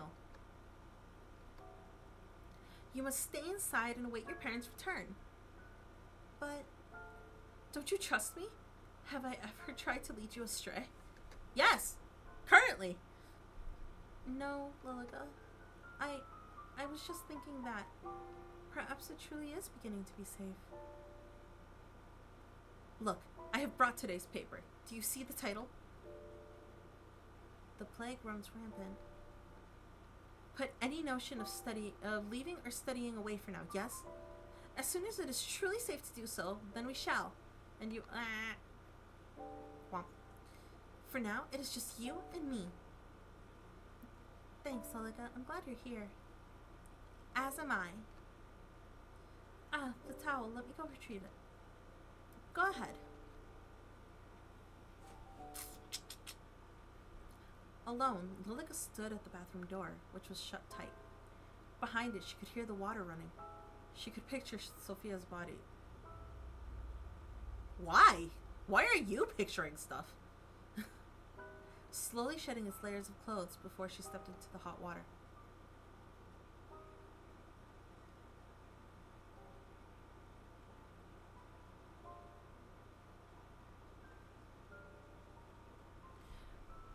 Oh. Can I? Oh.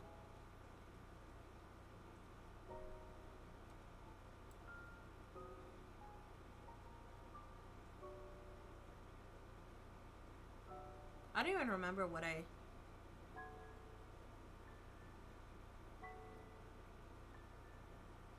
Oh, then we shall and you shall be reunited with your family. Okay. That image was enough to force her hand.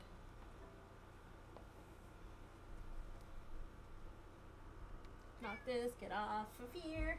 Thank you. The running water sloshed into the steel-lined wooden tub.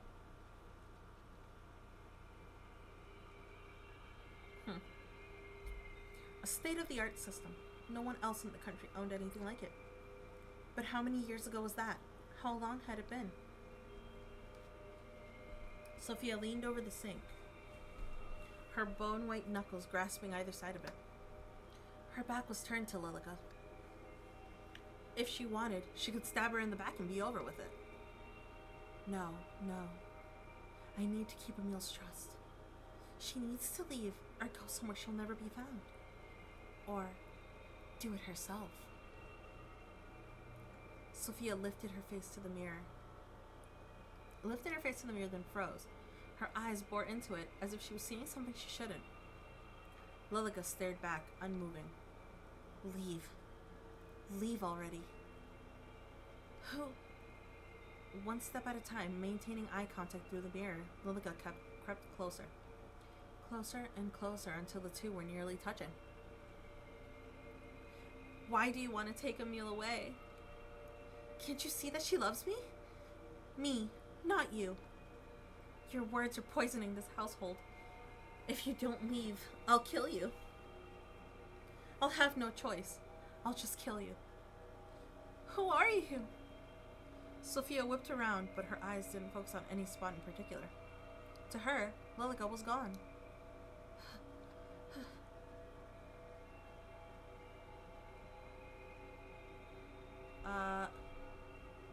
Yes, Sever Her Fate is the one I want right now.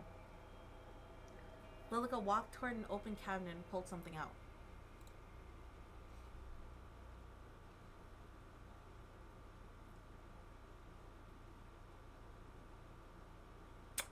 Okay. The metal of a razor glinted. Lilica raised it up and she moved to stand over the bath.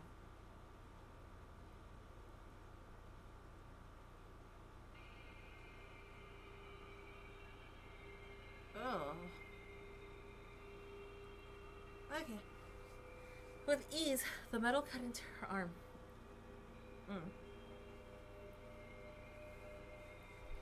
So it was hers. Okay. Drops of blood fell into the water, leaving tiny splashes where they connected. Blood still runs in my veins after all. Sophia rushed past Lilica, desperate to turn off the overflowing water, but she froze once again. It's back.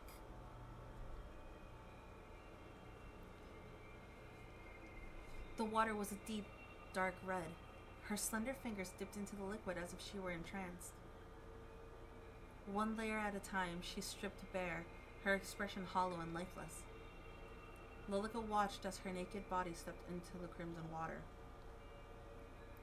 Why not just end it here? You're scared, aren't you? Just sink down. Accept your fate. Accept it.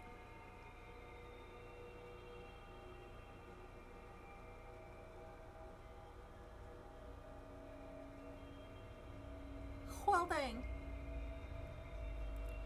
You can hear me now, can't you? Why not just end it? You're scared. You're so terrified. You just came here to see your friend, and look at what's happened to you. Emile. Oh, her hair is blue. Yes, Emile. Emile, where did you go? She's calling out for her? Where are you, Emile? I want to see you. Shut up! You don't deserve to speak her name. You don't deserve to be in her presence. Why don't you just give up? Just sink deep into the abyss. Isn't it inviting? Sink. Right, I should. Isn't the water so warm and inviting? That's right. Just sink down into it. Then you'll finally be able to rest. Emile. You. Womp. A knock came from the door. Malika's eyes widened eyes went from the door to the young woman in the bath, then back again. Excuse me, I'm coming in. Lilica ducked behind the folding screen just in time to hear the door open. Sophia? I knocked, but didn't hear a reply. I've brought you a towel. Ah! Whop!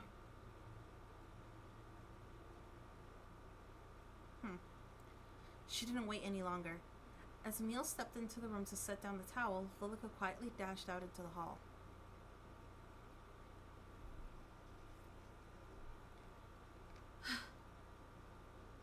Before Lilica had a chance to even catch her breath, the bathroom door opened once again, and Emile stepped out with flushed cheeks. Did you tell her that she must depart? No, Is something the matter? Are you feeling unwell? Your face is bright red. Sophia will stay until she decides to leave. No, she must leave now. Tonight. No longer. As you wish. I'm sorry, Lilica, but I believe it is only fair after she traveled so far, and she is my friend. That woman. That siren. Look at what she does to our Emile. Siren. What a comparison. I will finish preparing the guest room.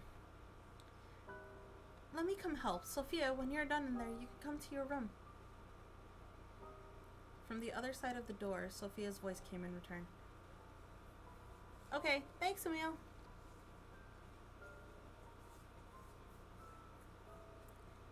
The guest bedroom was freshly cleaned with new linen on the bed and a lit lantern beside it. Fortunately, Lilica had prepared the room well in advance. Well in advance. You did a fine job of preparing the room so far. Thank you, Lilica. Anything for you. I was thinking, tomorrow, if the rain is cleared up, we could open the greenhouse here and have morning tea there. Or again.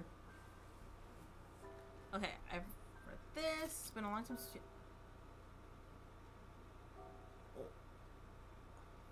It cracked more. By now, a dozen cracks stemmed from a dozen other cracks, filling the entirety of Lilica's world. At any moment, even a breeze would make everything collapse. Didn't we already speak of this? You cannot leave the house. But surely the greenhouse would be safe. No one else uses it, and it is only a few steps from the back door. It is unsafe. You know this. What's gotten into you? Is it because of your friend? I just thought it would be nice to at least sit in the sun. Then you may sit by the window in the dining hall. Is it really so unsafe that even taking a foot outdoors would be dangerous? Yes.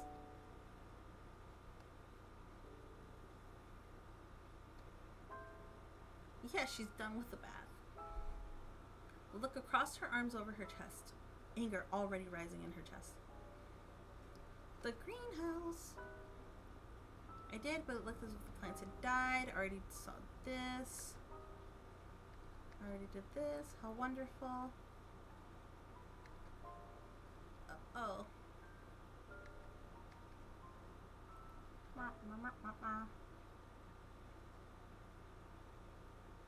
Damn. Poison dripped from her voice as Lilica left the guest room behind. Oopsies.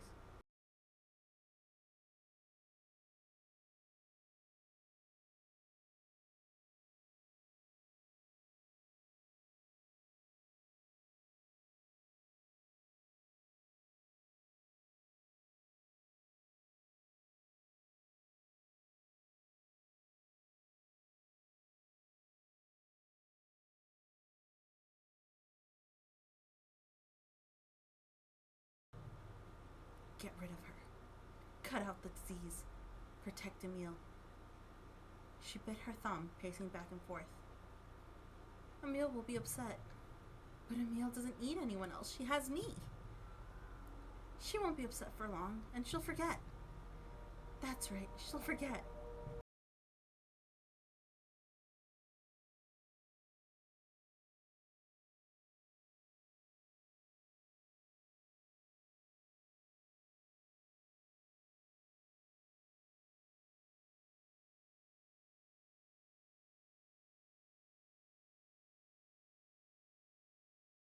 How about coming away with me for a while? Uh-oh. Away? Outside of the house?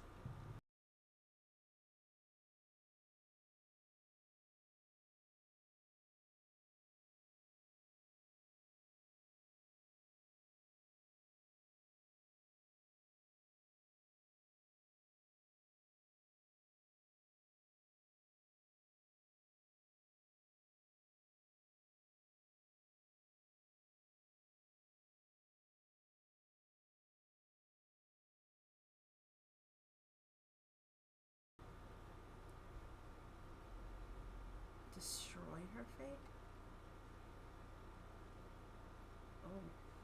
She doesn't belong to you.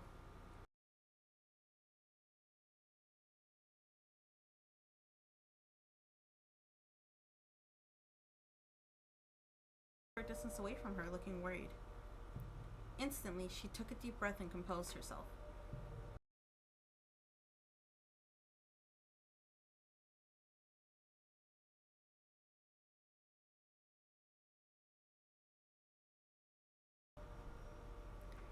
It's scary! Hi, Rex. Yes, I shall. It's nice having someone else around, isn't it? I feel as if the manor is coming back to life. I hope we see Mother and Father soon. I'm sure we will. Shall I see you to bed? Yes, please. The hallway was darkened, yeah, and Lilica relished in it. On a night like this, long ago in the past, she had sealed her fate, along with the meals. And tonight, she would seal the fate of yet another person. Dun, dun, dun! The two rose up the grand staircase side by side. Moonlight drifted in through the stained glass window. This seemed to be the only place free from those cracks.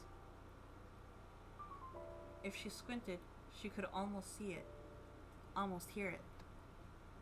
That head, hitting each step with a loud thunk. Those eyes would never open again to look upon a woman with scorn.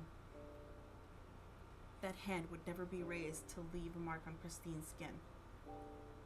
The sound filled her with joy. And the thought of repeating that fateful night left her footsteps light with excitement. Oh, alright. Lilica, may I ask you a question? Certainly. Have you ever heard of a woman loving another woman as a woman would love a man?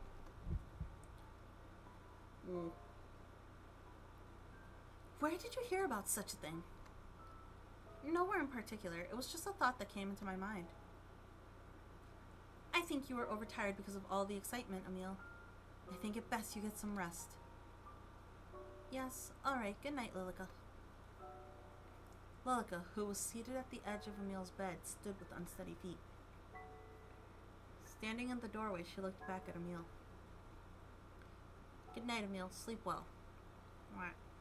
Tomorrow, everything will be better.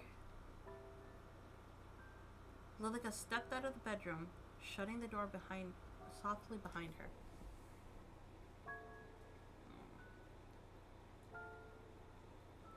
The hall was still dark, with only a few candles to light her descent. It was quiet. Everything was asleep. The eyes that followed Lilica wherever she went were closed.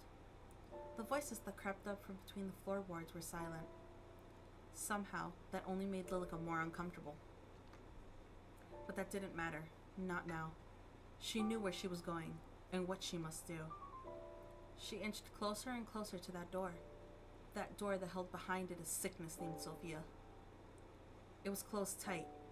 Lilica raised her hand, almost as if to knock, but instead pushed it open and entered.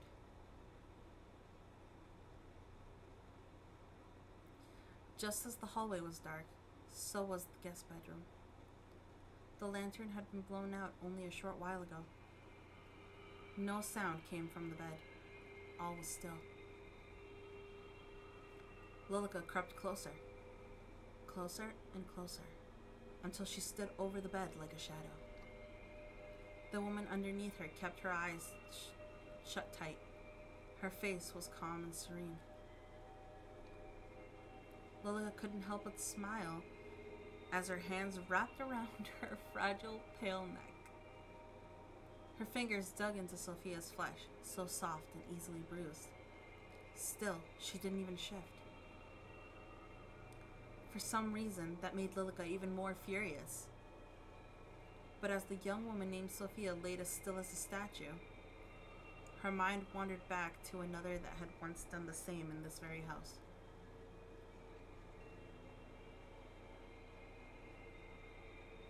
A young woman who had left Amelie in Lilica's care, who had only wanted the best for her daughter, had only wanted for her to be happy. The problem is she'll leave. That's the problem, isn't it, my lady? The cold fingers slowly unwound from Sophia's throat. That she'll leave and take Amelie away. But if she stays, then won't Amelie be happy? She'll be so happy. Always. Forever. And then, maybe, you can. Lilica withdrew from the room in a rush, her feet carrying her faster than they ever had before. Through the hall, up the stairs, and into Amelia's bedroom once again. The bed was warm and inviting. Lilica enveloped herself in that heat, wrapping her arms around Amelie tightly. So, Lilica?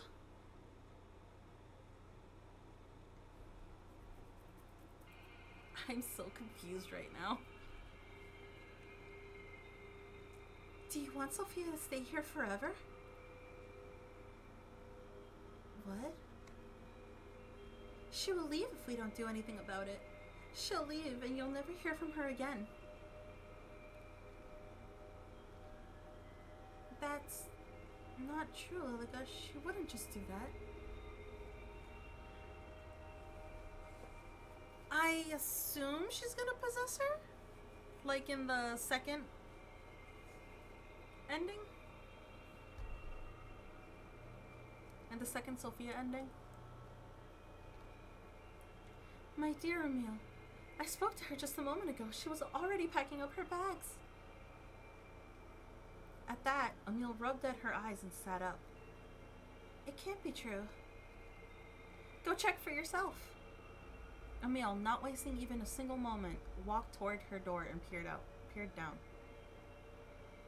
From here, the moon was shining in through the stained glass just right, illuminating the hallway below. In the distance, a shadow could be seen moving. Lilica smiled. See? Lilica picked up a toy doll that still sat on Amelie's bed, a relic from the past. Its straw-colored hair seemed almost to stand on end. Don't you want to keep her here? Don't you want her to be like this doll? Keep her here. Right. Your own special doll who will never leave you. Don't worry, I'll make it happen. Just for you. I'll make sure you're happy forever. Go down the hall, to my room, behind the bookcase. Wait for me. Amelie's eyes had glazed over, as if she wasn't truly there. She stood from the bed and picked up a small black case that rested on her nightstand before leaving the room. It wasn't long afterwards that Lilica followed in her footsteps, just in time to see Sophia ascending the staircase. She walked straight past Lilica, who was smiling happily, and approached Amelie's door. As she knocked, the door fell open with a groan. Amelie, are you in here? Amelie's waiting for you. From somewhere hidden in the darkness, a fragile melody filled the air. Almost instantly, Sophia turned toward the sound and began to follow. Lilica sped up enough to walk beside her. Isn't this great? You like Amelie, don't you? Don't you want to make her happy?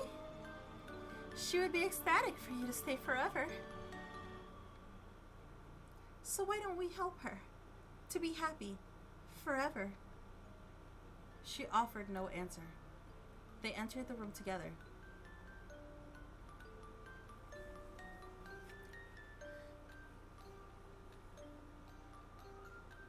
the center of the room, surrounded by candles, Amelie sat. Her skirt fanned out around her.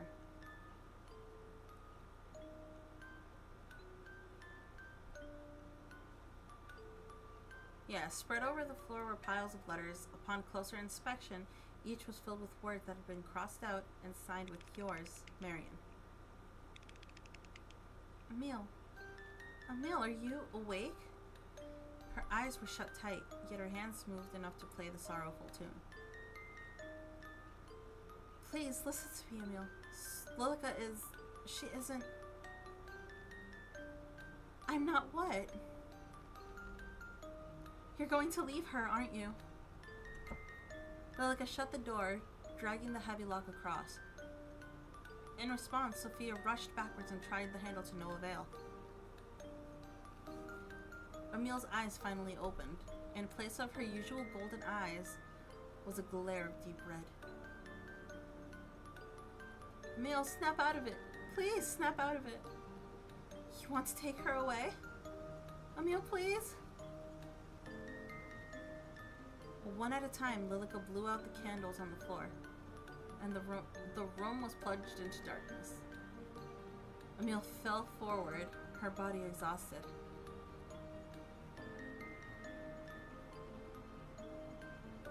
It's weird. It's nice to meet you, Sophia. I'm sure we're going to have a fun time living together. Since you will be staying with us after all, right?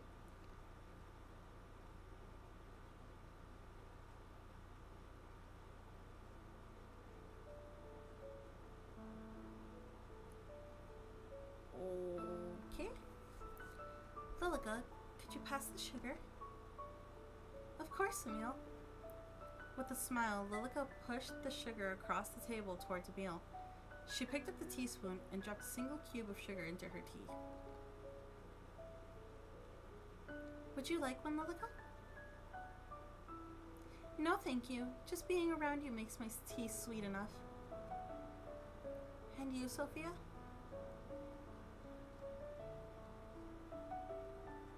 You're awfully quiet today. I'll just give you one. Next to Amelie sat Sophia. Perfect and pristine. To Amelie's eyes, at least.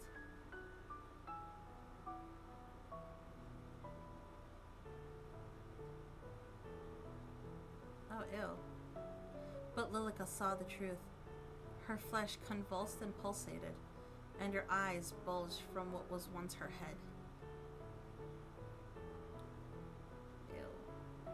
The shape of Sophia was gone, and in its place was a mound of a person who used to be. Lilica smiled.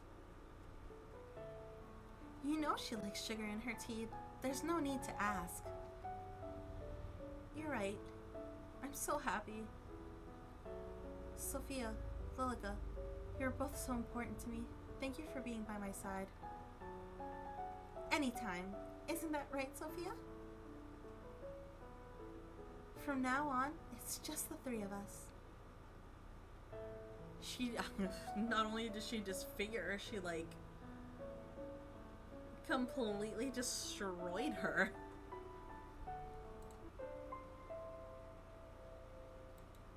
You. So that's one ending!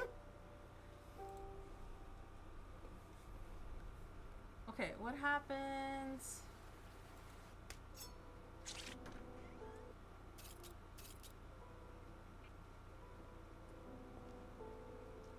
if I don't sever her fate?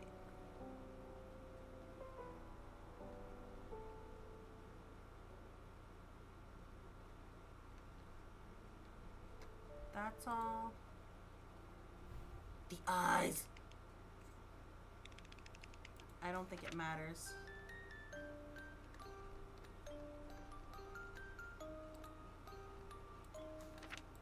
Oh, what if I just stop reading? I don't think that matters either. I don't want to sever her fate.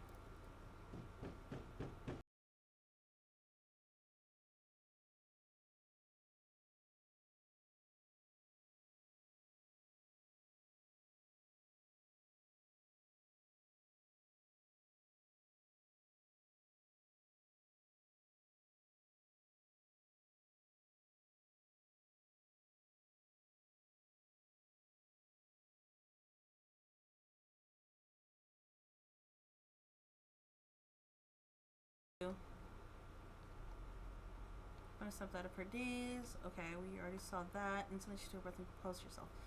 But her heart. Shell, it's nice having someone here. Blah blah blah. Okay.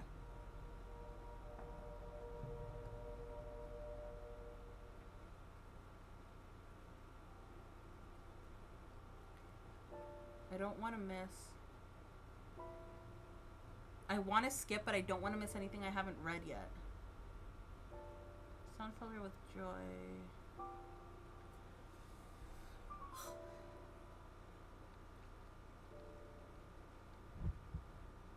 Okay. Where did you hear about such a thing? Nowhere in particular. Blah blah blah. Blah blah blah. Dun dun da da dun. She looked back at. As her heart rested against the door, a sudden pang went through Lilica's cold heart. She's important to you, isn't she? Of course. Her words have been something that have brightened my day. Even if she were to leave?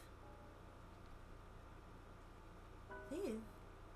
Well, I believe she'll leave eventually, Lilica. There's little choice, really. All I can do is hope she'll visit again. I see. Good night, Emile. Sleep well. Whatever Emile said in reply was lost in the darkness as Lilica stepped out of the bedroom. As she left the room, she noticed it. A dark shadow stalking through the night, slowly creeping through the hall. Lilica frowned. My lady, you must forgive me. I've rarely seen Emile so happy. But she cannot stay. No, she must leave immediately, and I will make her.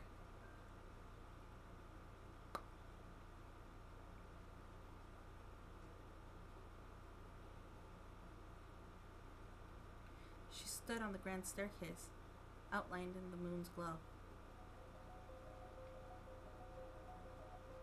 Sophia, you can't see me, can't hear me, but you can sense me, can you not? The shadow paused, her eyes going up to the staircase. There, she saw a shadow warp strangely across the carpeted steps. You will leave this place immediately, and you will never come back. Lilica? Ah. The blonde girl pushed the vase from a step, and it crashed to the ground below, smashing into tiny pieces. Sophia jumped in response, a shiver running down her spine.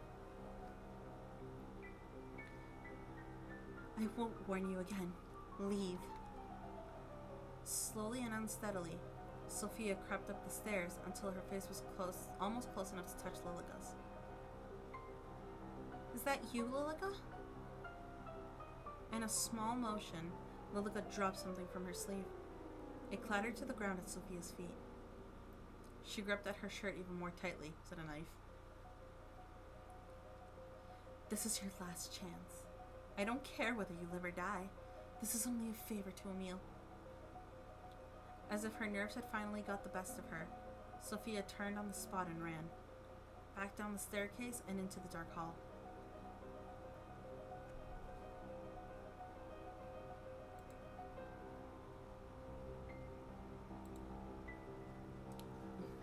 Always blame Galen.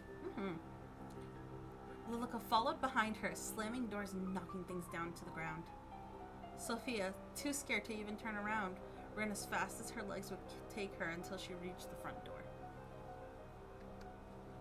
Instead of being locked and closed up tightly, it sat open, as if waiting for her to leave. She didn't waste even a single second more, and she was gone. She's gone. Gone. I did it. Emile, I did it. Oh. You did what? Did you... This isn't what it looks like, Emile. Please, listen to me. Did you force her to leave? No, I'm going after her. Lilica jumped in front of the door, arms spread wide. You can't. Why? It is unsafe to do so. You belong here, with me, together. I've had enough of this and that being unsafe. Lilica, either you move to the side or any friendship I thought we had is gone. Lilica wavered. Her arms, which had held such conviction, began to droop. I have always done what's best for you, have I not? All of this time, have I not remained at your side? Please, trust me. I only did what I had to do. So this is what you've decided. Don't come near me again. Amelie turned her back on the blonde-haired woman, who dropped to her knees as she watched her leave. Amelie. Good night, Lilica. Well, damn. Darkness filled every inch of her brain. A voice screamed out from inside of her, mocking her. This isn't right. My lady, this isn't right. Didn't I do the right thing? I let her go. I did her a favor. But Amelie is upset.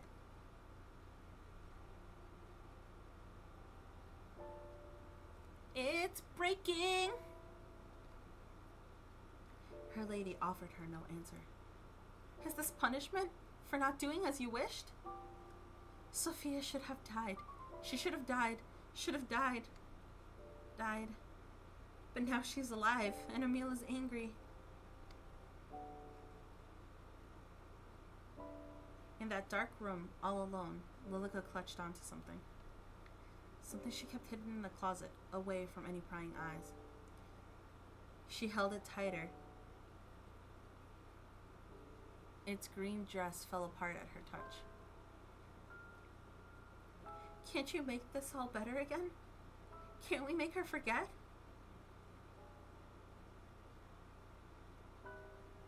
Is it a skeleton? Her forehead fell down and rested against the other person's shoulder. They remained silent, as they had been for many years. I'm sorry. I'll make it all better. We can make her forget, can't we? Can't we start again? Just like before, we can start again.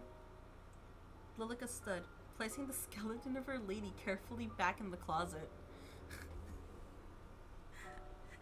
Lilica has skeletons in her closet!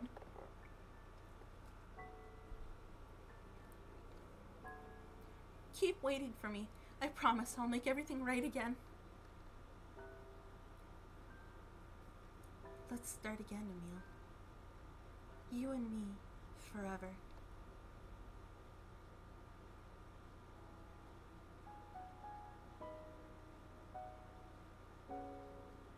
Did they reset? Okay. Lilica walked into the room, holding a tray carefully in her hands. On it sat a teapot and 2 cups. Amelie, I have brought the tea. Excellent. It smells delicious. Amelie smiled brightly, filling Lilica with happiness in return. Lilica, may I ask you something? Of course. I found this letter by the front door. Do you know where it came from? Amelie held out an envelope. The front was blank. How strange. Perhaps it was delivered here by accident? Lilica took it from her and opened it. At the bottom it was signed, Yours always, Sophia. Oh. Yes. It seems to be for someone else. I'll mail this back, yes? Thank you, Lilica. I appreciate it. Dang. Finished with her tea, Amelie stood first and left the room. Lilica smiled.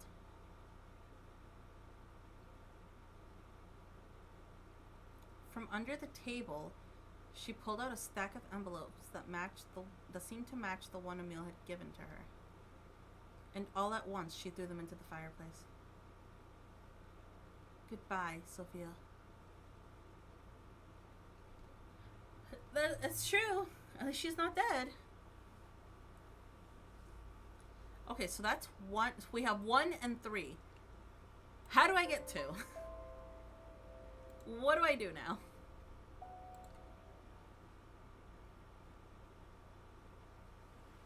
Maybe...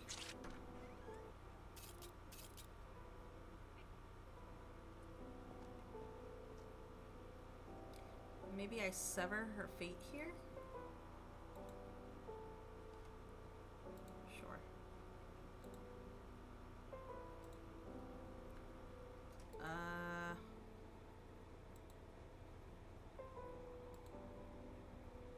Sophia did for she wouldn't listen.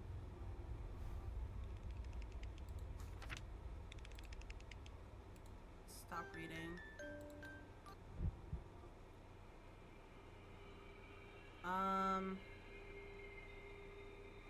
No.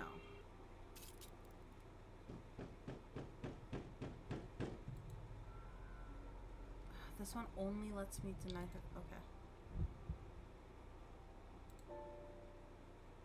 Tomorrow everything will be better, so sleep well. Okay, I think this is the... I probably missed a ton of story that we hadn't seen before, but maybe not.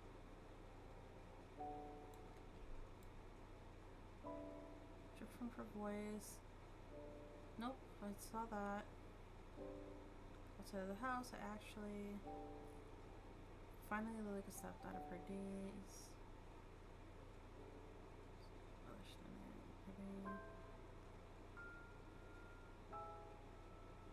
Okay. So it doesn't look like any of that dialogue changed.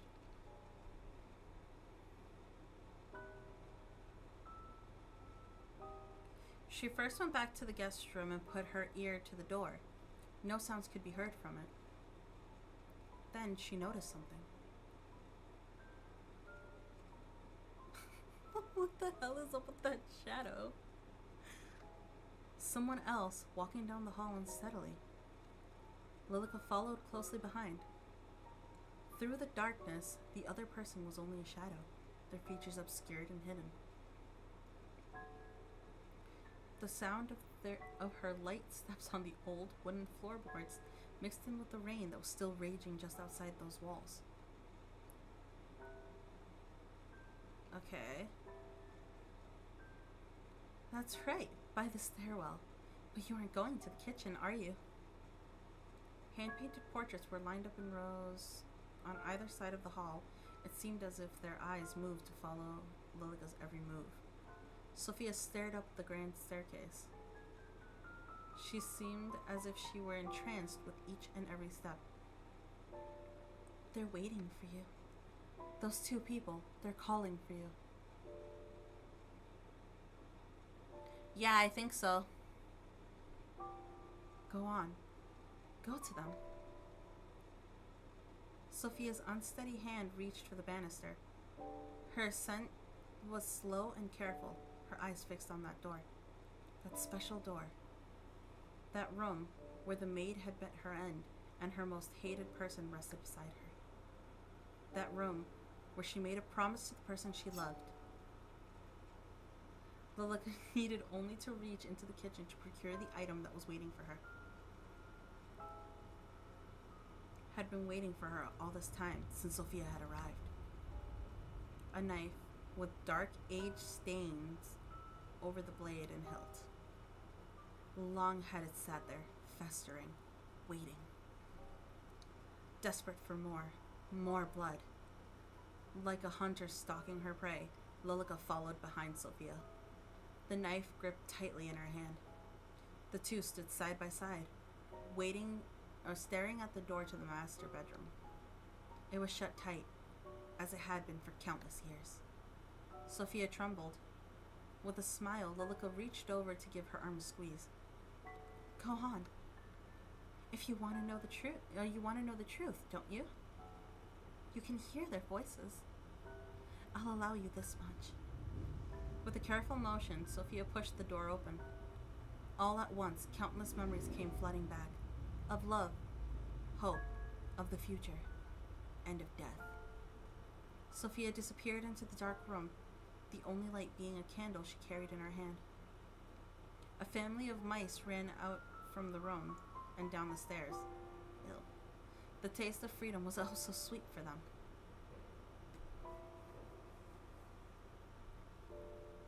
More quiet, more quiet than the mice that had escaped. Lilica followed Sophia into the room, wax dripping from the burning candle onto the wooden floor. She trembled as she reached a shaky hand to the bed. At that same moment, Lilica swung the door closed behind them, and the room plunged into darkness. But that darkness didn't matter to Lilica, not to she who knew this room like the back of her hand. Emile, is that you? Emile isn't here to save you. Sophia's eyes searched the room to no avail. I'm sorry I came in here after you asked me not to. I'll just go now, okay? The pale-haired woman fell back onto the bed before she had a moment to react. The yellowed bones of the lord of the manor and the maid rattled underneath her. Flesh long deteriorated. Lilica smiled. There it is again. Oh, different music. How long has it been since I last saw myself truly? Well, what? I can't do the scream again.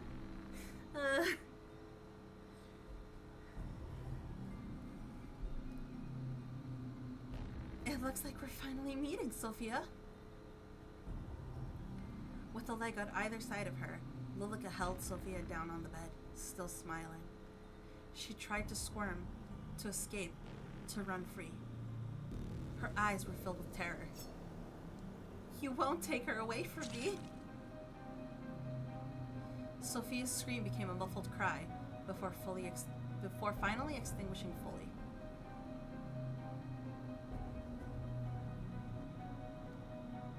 Man, doesn't even show her with blood on her. Finally. My lady, did you see? Are you watching? I've saved her. I've saved Emile. Only when Lilica tried to stand did she notice it. An aged bone poking out from her stomach.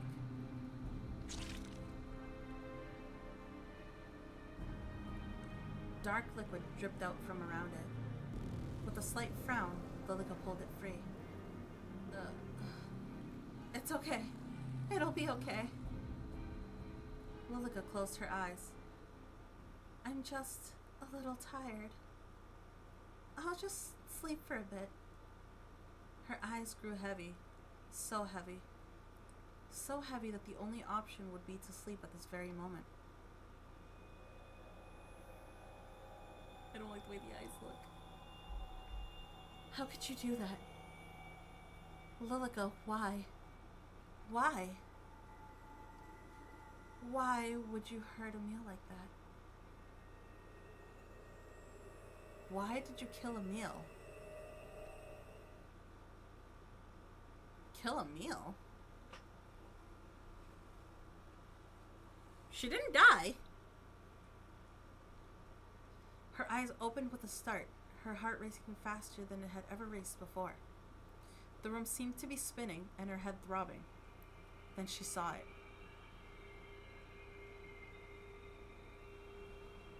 Lying on the bed, between the two skeletons, was the body of a woman. Of a young woman.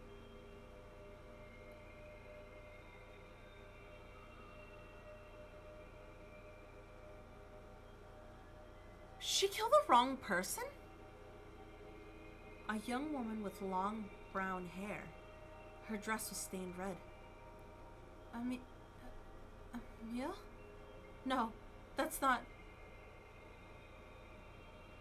That's not... Who did this? Who? Sophia? Emile, wake up! Wake... Oh, no, nope. She's just losing her mind? She blinked, and the young woman below her disappeared. In her place, Sophia appeared. The room was still dark. Not even a drop of sunlight peeked through the covered windows. What a cruel trick of the eyes.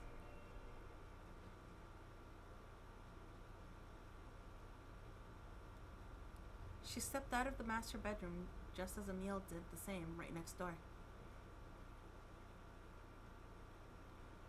Good morning, Lilica. I was just on my way to see if Sophia has awakened yet. Amelie? Sophia disappeared during the night. I believe she went to the same place your parents went. What? That cannot be right. And she ran. Don't run, Amelie. Amelie dashed down the hall and knocked quickly on the door to the guest bedroom, which fell open with no resistance. Inside, the bedding was disheveled. The windmill and her luggage was strewn about. There it is! It's not true. She wouldn't just leave without saying goodbye. Dearie me, I'm sorry. I told you it was a bad idea for anyone to visit, didn't I? Oh, Lilica, this isn't fair. I thought she said we would... There. Come here. Lilica wrapped her thin arms around the young woman. Whack. Keep doing that! Or the young woman, gently patting her on the back. See, you shouldn't depend on anyone else. I'm here. I won't ever leave you. Amelie clutched at her back, tears already falling from her eyes. We'll be together forever.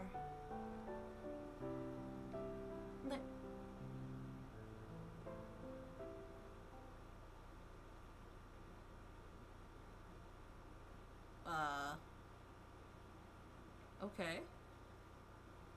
Amelie froze in Lilica's arms before pulling back completely. What's happened to your face? My face? Lilica's hands went to her face instantly. Is something wrong? Emilie's expression had darkened. Her mouth shut firmly in a line. My face? Pulling a small mirror from her pocket, Lilica finally saw it. A black void of nothingness where her face should have been.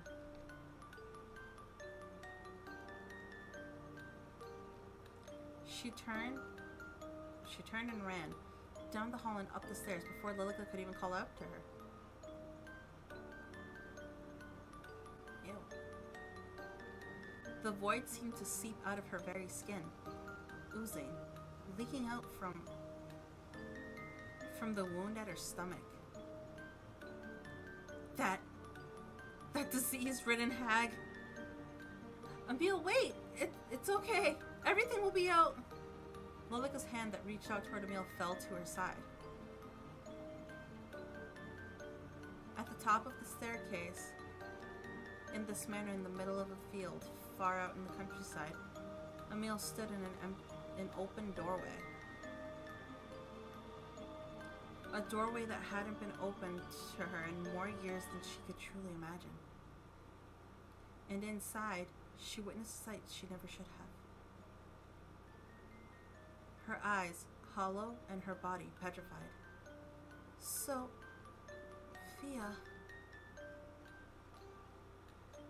Amelie, this isn't... Yeah, so she finds... This is like completely shattered, I think. Stay away from me!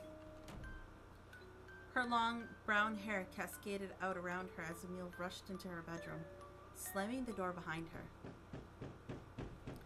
Lilica rushed up the staircase, banging her fist against the locked door. Amelie, this is all a misunderstanding. She wanted to hurt you. I've saved you. She fell to her knees, her fist still pounding on the wooden door. A muffled sob came from within, then silence. The void surrounded Lilica, flowing from her wound and wrapping itself around her body. She curled into a ball. The sound of a chair hitting the ground inside the bedroom was the last sound Lilica heard before her eyes closed and she became one with the void.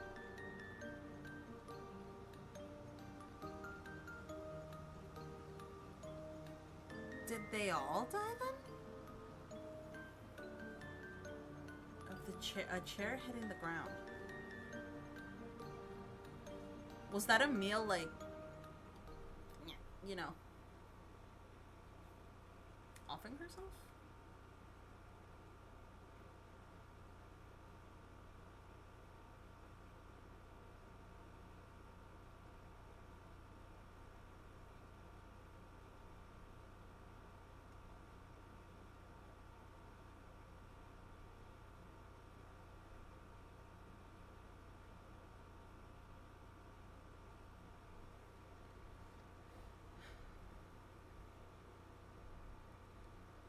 Is this really okay? What about the future? Should you try again?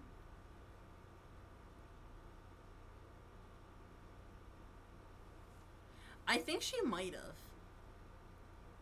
I don't think we try again. Or do we try again? I don't. We have all of the endings, so.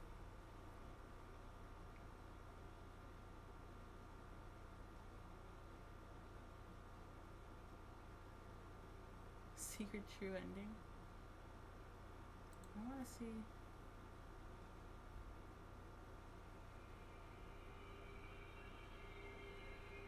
What? The room was dark. Amelie had long gone to bed, leaving Sophia alone in her room. She ducked her head under the cover and pulled out her phone. Still dead. Sophia clutched it to her chest. What do I do? That scared me. What exactly is going on here?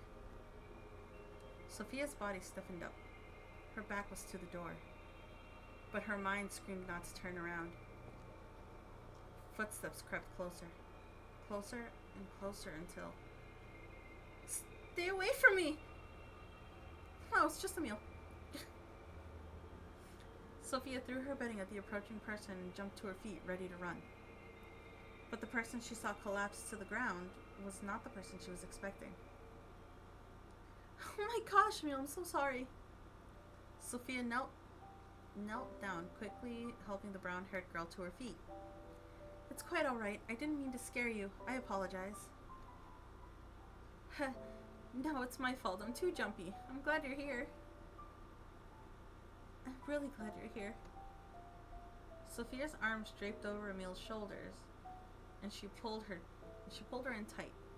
Amelie froze for just a moment before she melted into the embrace. I'm here. But is everything all right? No. No, I don't think everything's all right. What could be the matter? Amelie, my phone died as soon as my cab approached your house. Do you see? She pulled out her phone, showing her the black screen. What exactly is this? My mobile. Amelie picked it up curiously, turning it in her hands. You've never seen a phone? What is it used for? For texting, making calls, playing games, those kinds of things? Amazing. Amelie, what year is it? What year? Why do you ask? Please. 1665, of course. Holy shit. Sophia took a step back from Amelie. What is it? Amelie, this makes no sense. Lilica, this house. You.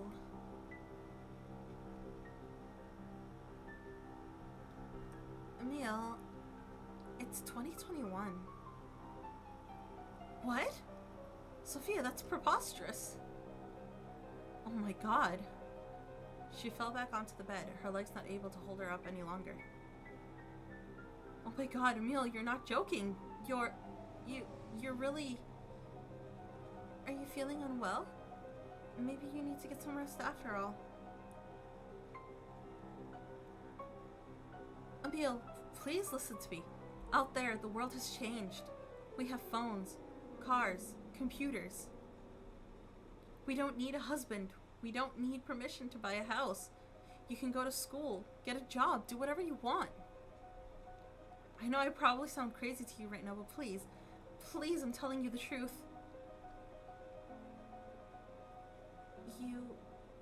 You're trying to tell me that nearly 400 years have passed and I've been stuck here? How would that even be possible? I don't know. Amelie, how long have we been writing to each other? Well, I don't know. It's been 5 years.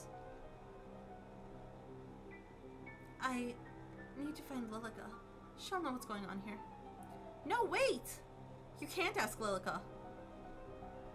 Why not? I can't see Lilica. Amelie, I haven't seen her once. But she's been here from the start. I've only seen you in this house. Amelie, something is going on within this house that has kept you stuck here. And I think she's the one that has done it to you.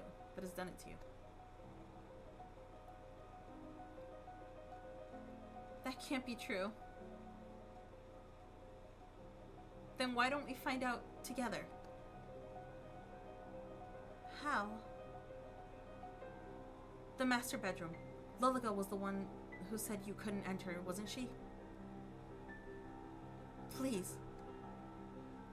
Sophia reached out her hand carefully. Amelie stared at it, unsure, before deciding to take it. I don't understand what's going on, but I trust you. Let's go. Well, shit.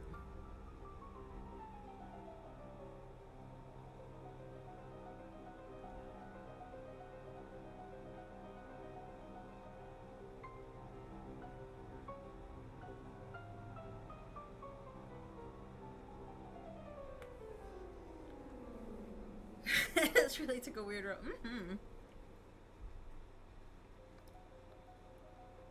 The hallway was still dark, with no sign of Lilica anywhere. If she appears, then tell me, okay? Okay. Hand in hand, the two walked quietly through the hall and up the staircase.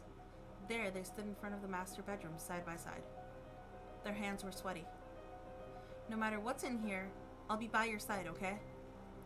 Amelie offered no words, instead just squeezing Sophia's hand gently.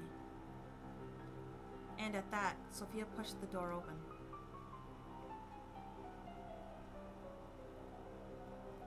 Just like the rest of the house, the room was dark and quiet.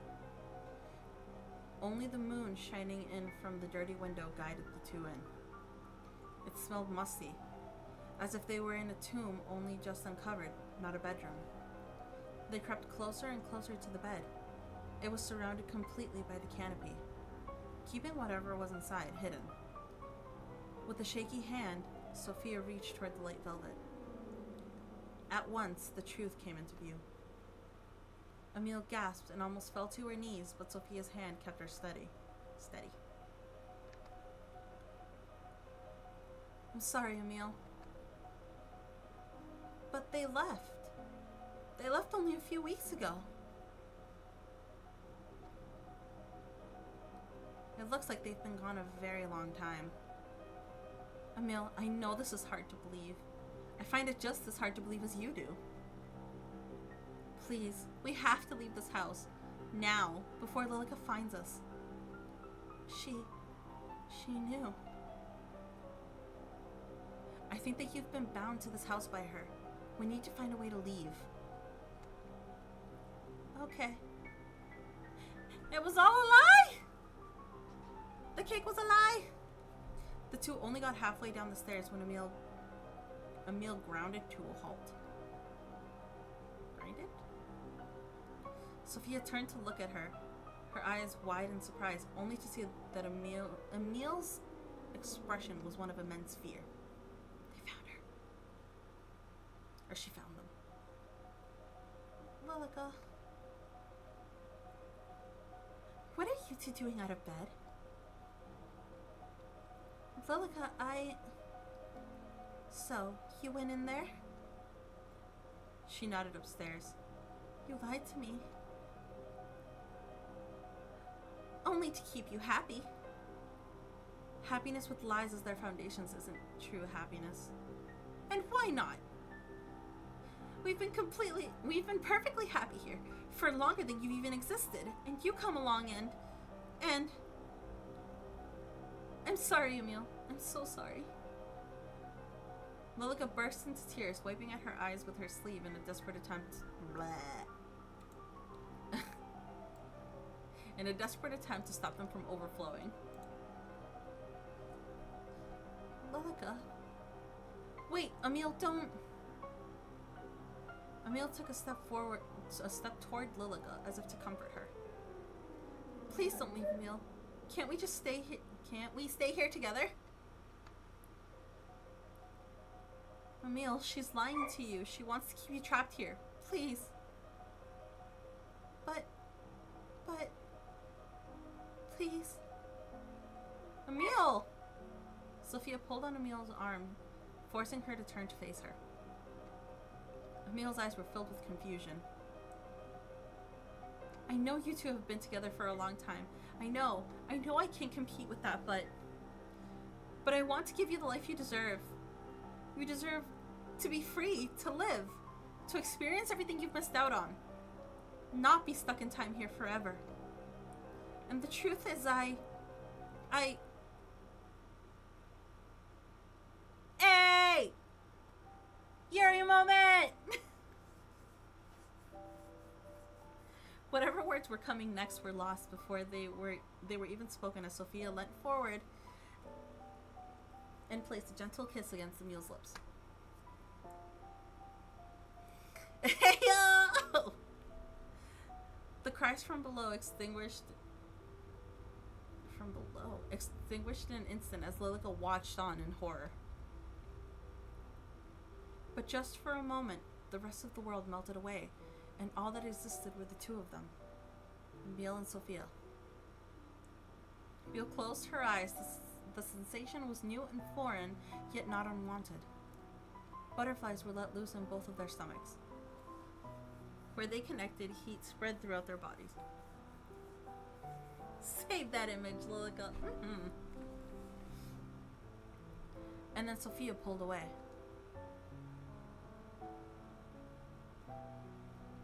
The truth is, Emile, I have liked you for a very long time. And even if you don't like me back, I want to help you. I want to help you live again. Emile, don't listen to her. Okay. A decisive smile came to Sophia's lips.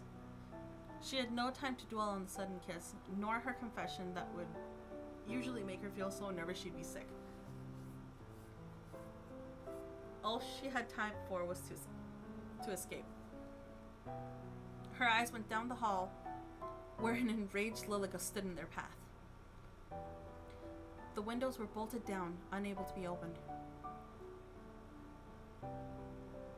There was nowhere to escape to, nowhere at all to escape. That is, except... Do you trust me? I do. Sophia didn't need any more of a confirmation.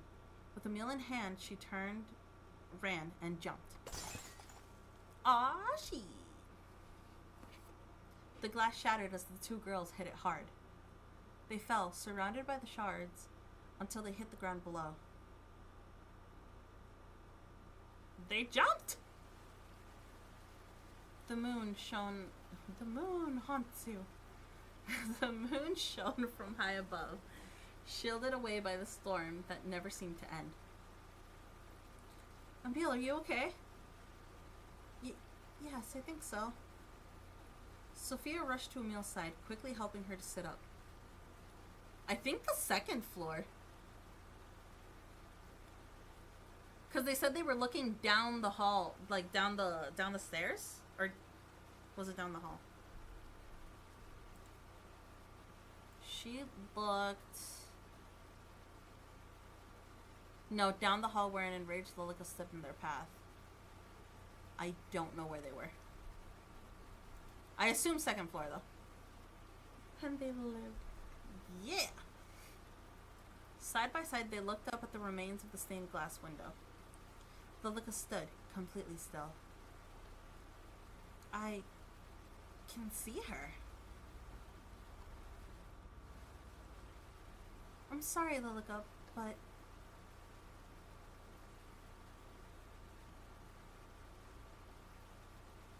Lilica just shook her head. She grasped at her throat with her hand, and her lips moved, but no sound came out. Giving up, she looked back at Emile, holding eye contact. Her expression wasn't angry anymore. It was just sad. She lifted her hand and waved, a slow and small motion, before she crumbled to dust on the wind. Oh. It stopped. Lilica.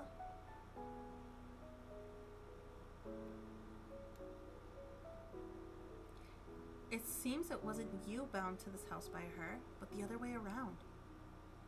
What am I meant to do now? Emile, you're free. You can do whatever you wish. Sophia, exhausted, once again wrapped her arms around Emile, who returned the gesture almost immediately. There, they embraced under the now free moon.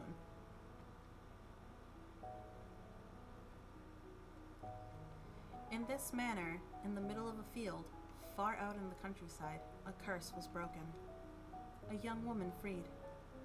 What her future held wasn't certain. After all, the future never is. But she made her decision on that fateful night. To trust in the future, to trust in herself, no matter what. Yay! We did it! And they lived happily ever after.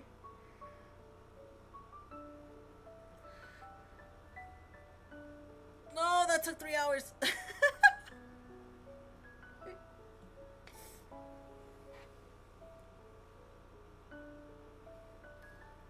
How they explain that she's from 1665?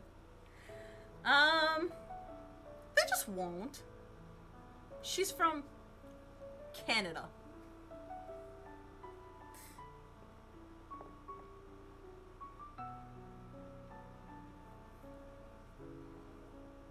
She's just from Canada. It's fine.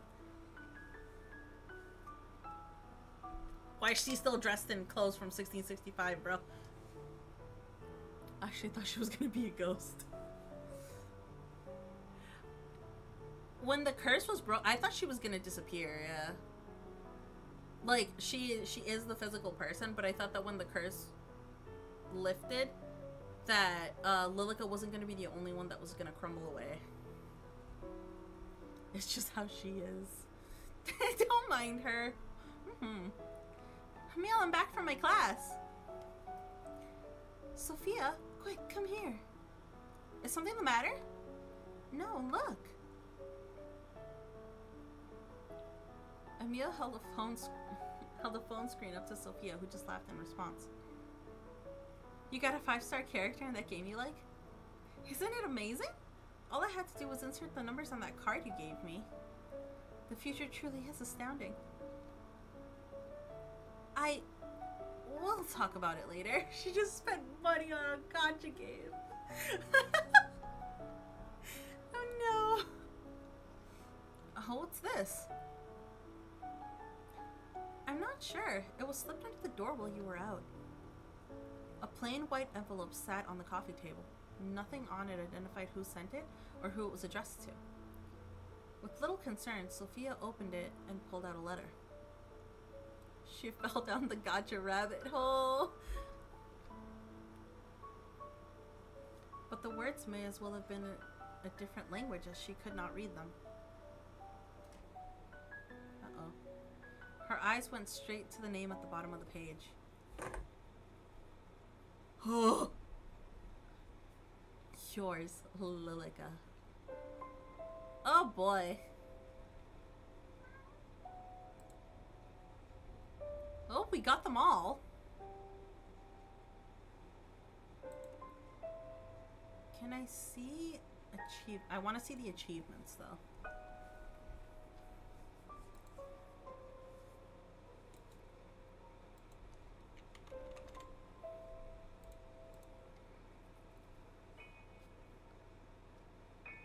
Oh, nope. That's the end of it. We got them all. Let's go. But at least she isn't harming them. I kind of wish that we could see what she wrote to them, though. I doubt it's anything good. Or maybe it's like a... I understand that you guys are happy now. I'll just disappear forever. Maybe? I don't know.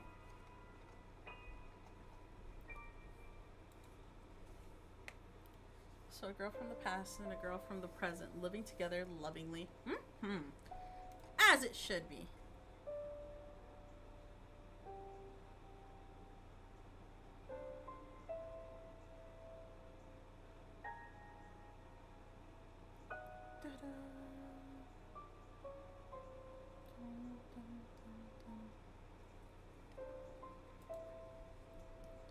Should we...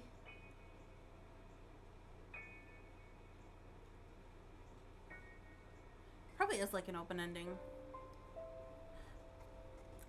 The game was definitely not what I thought it was gonna be.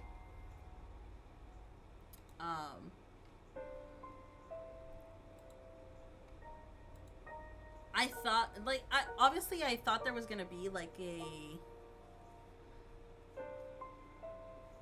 happy ending. I didn't think that it was gonna have this many endings though. I don't know why I didn't think so. It's 2.5 studios, but anyways, that is gonna be it for this stream. I'm gonna redirect into my later stream just because I don't really know who to raid right now. But we're gonna be playing Kingdom Hearts in like an hour and a half. There was only one happy ending not listed. Mm-hmm. They made you work for that happy ending. And I thought about saying no, too. Oh, I was so close to saying no. But... Grimmy will have to wait. Unfortunately. I'm sure I can make a whole another 3-hour stream off of getting the last 2 achievements for A Date with Death. But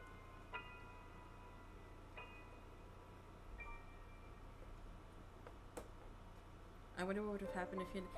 Yeah. I mean, I think it would have just ended there. I want to say it would have just ended there and brought me back to the beginning. Like, to the screen that we're on now. But...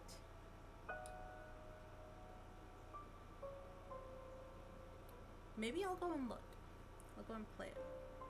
Just a little bit. But I'm going to go prep for the other stream.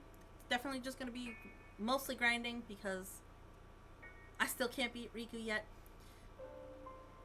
But thank you guys for hanging out with me during this one.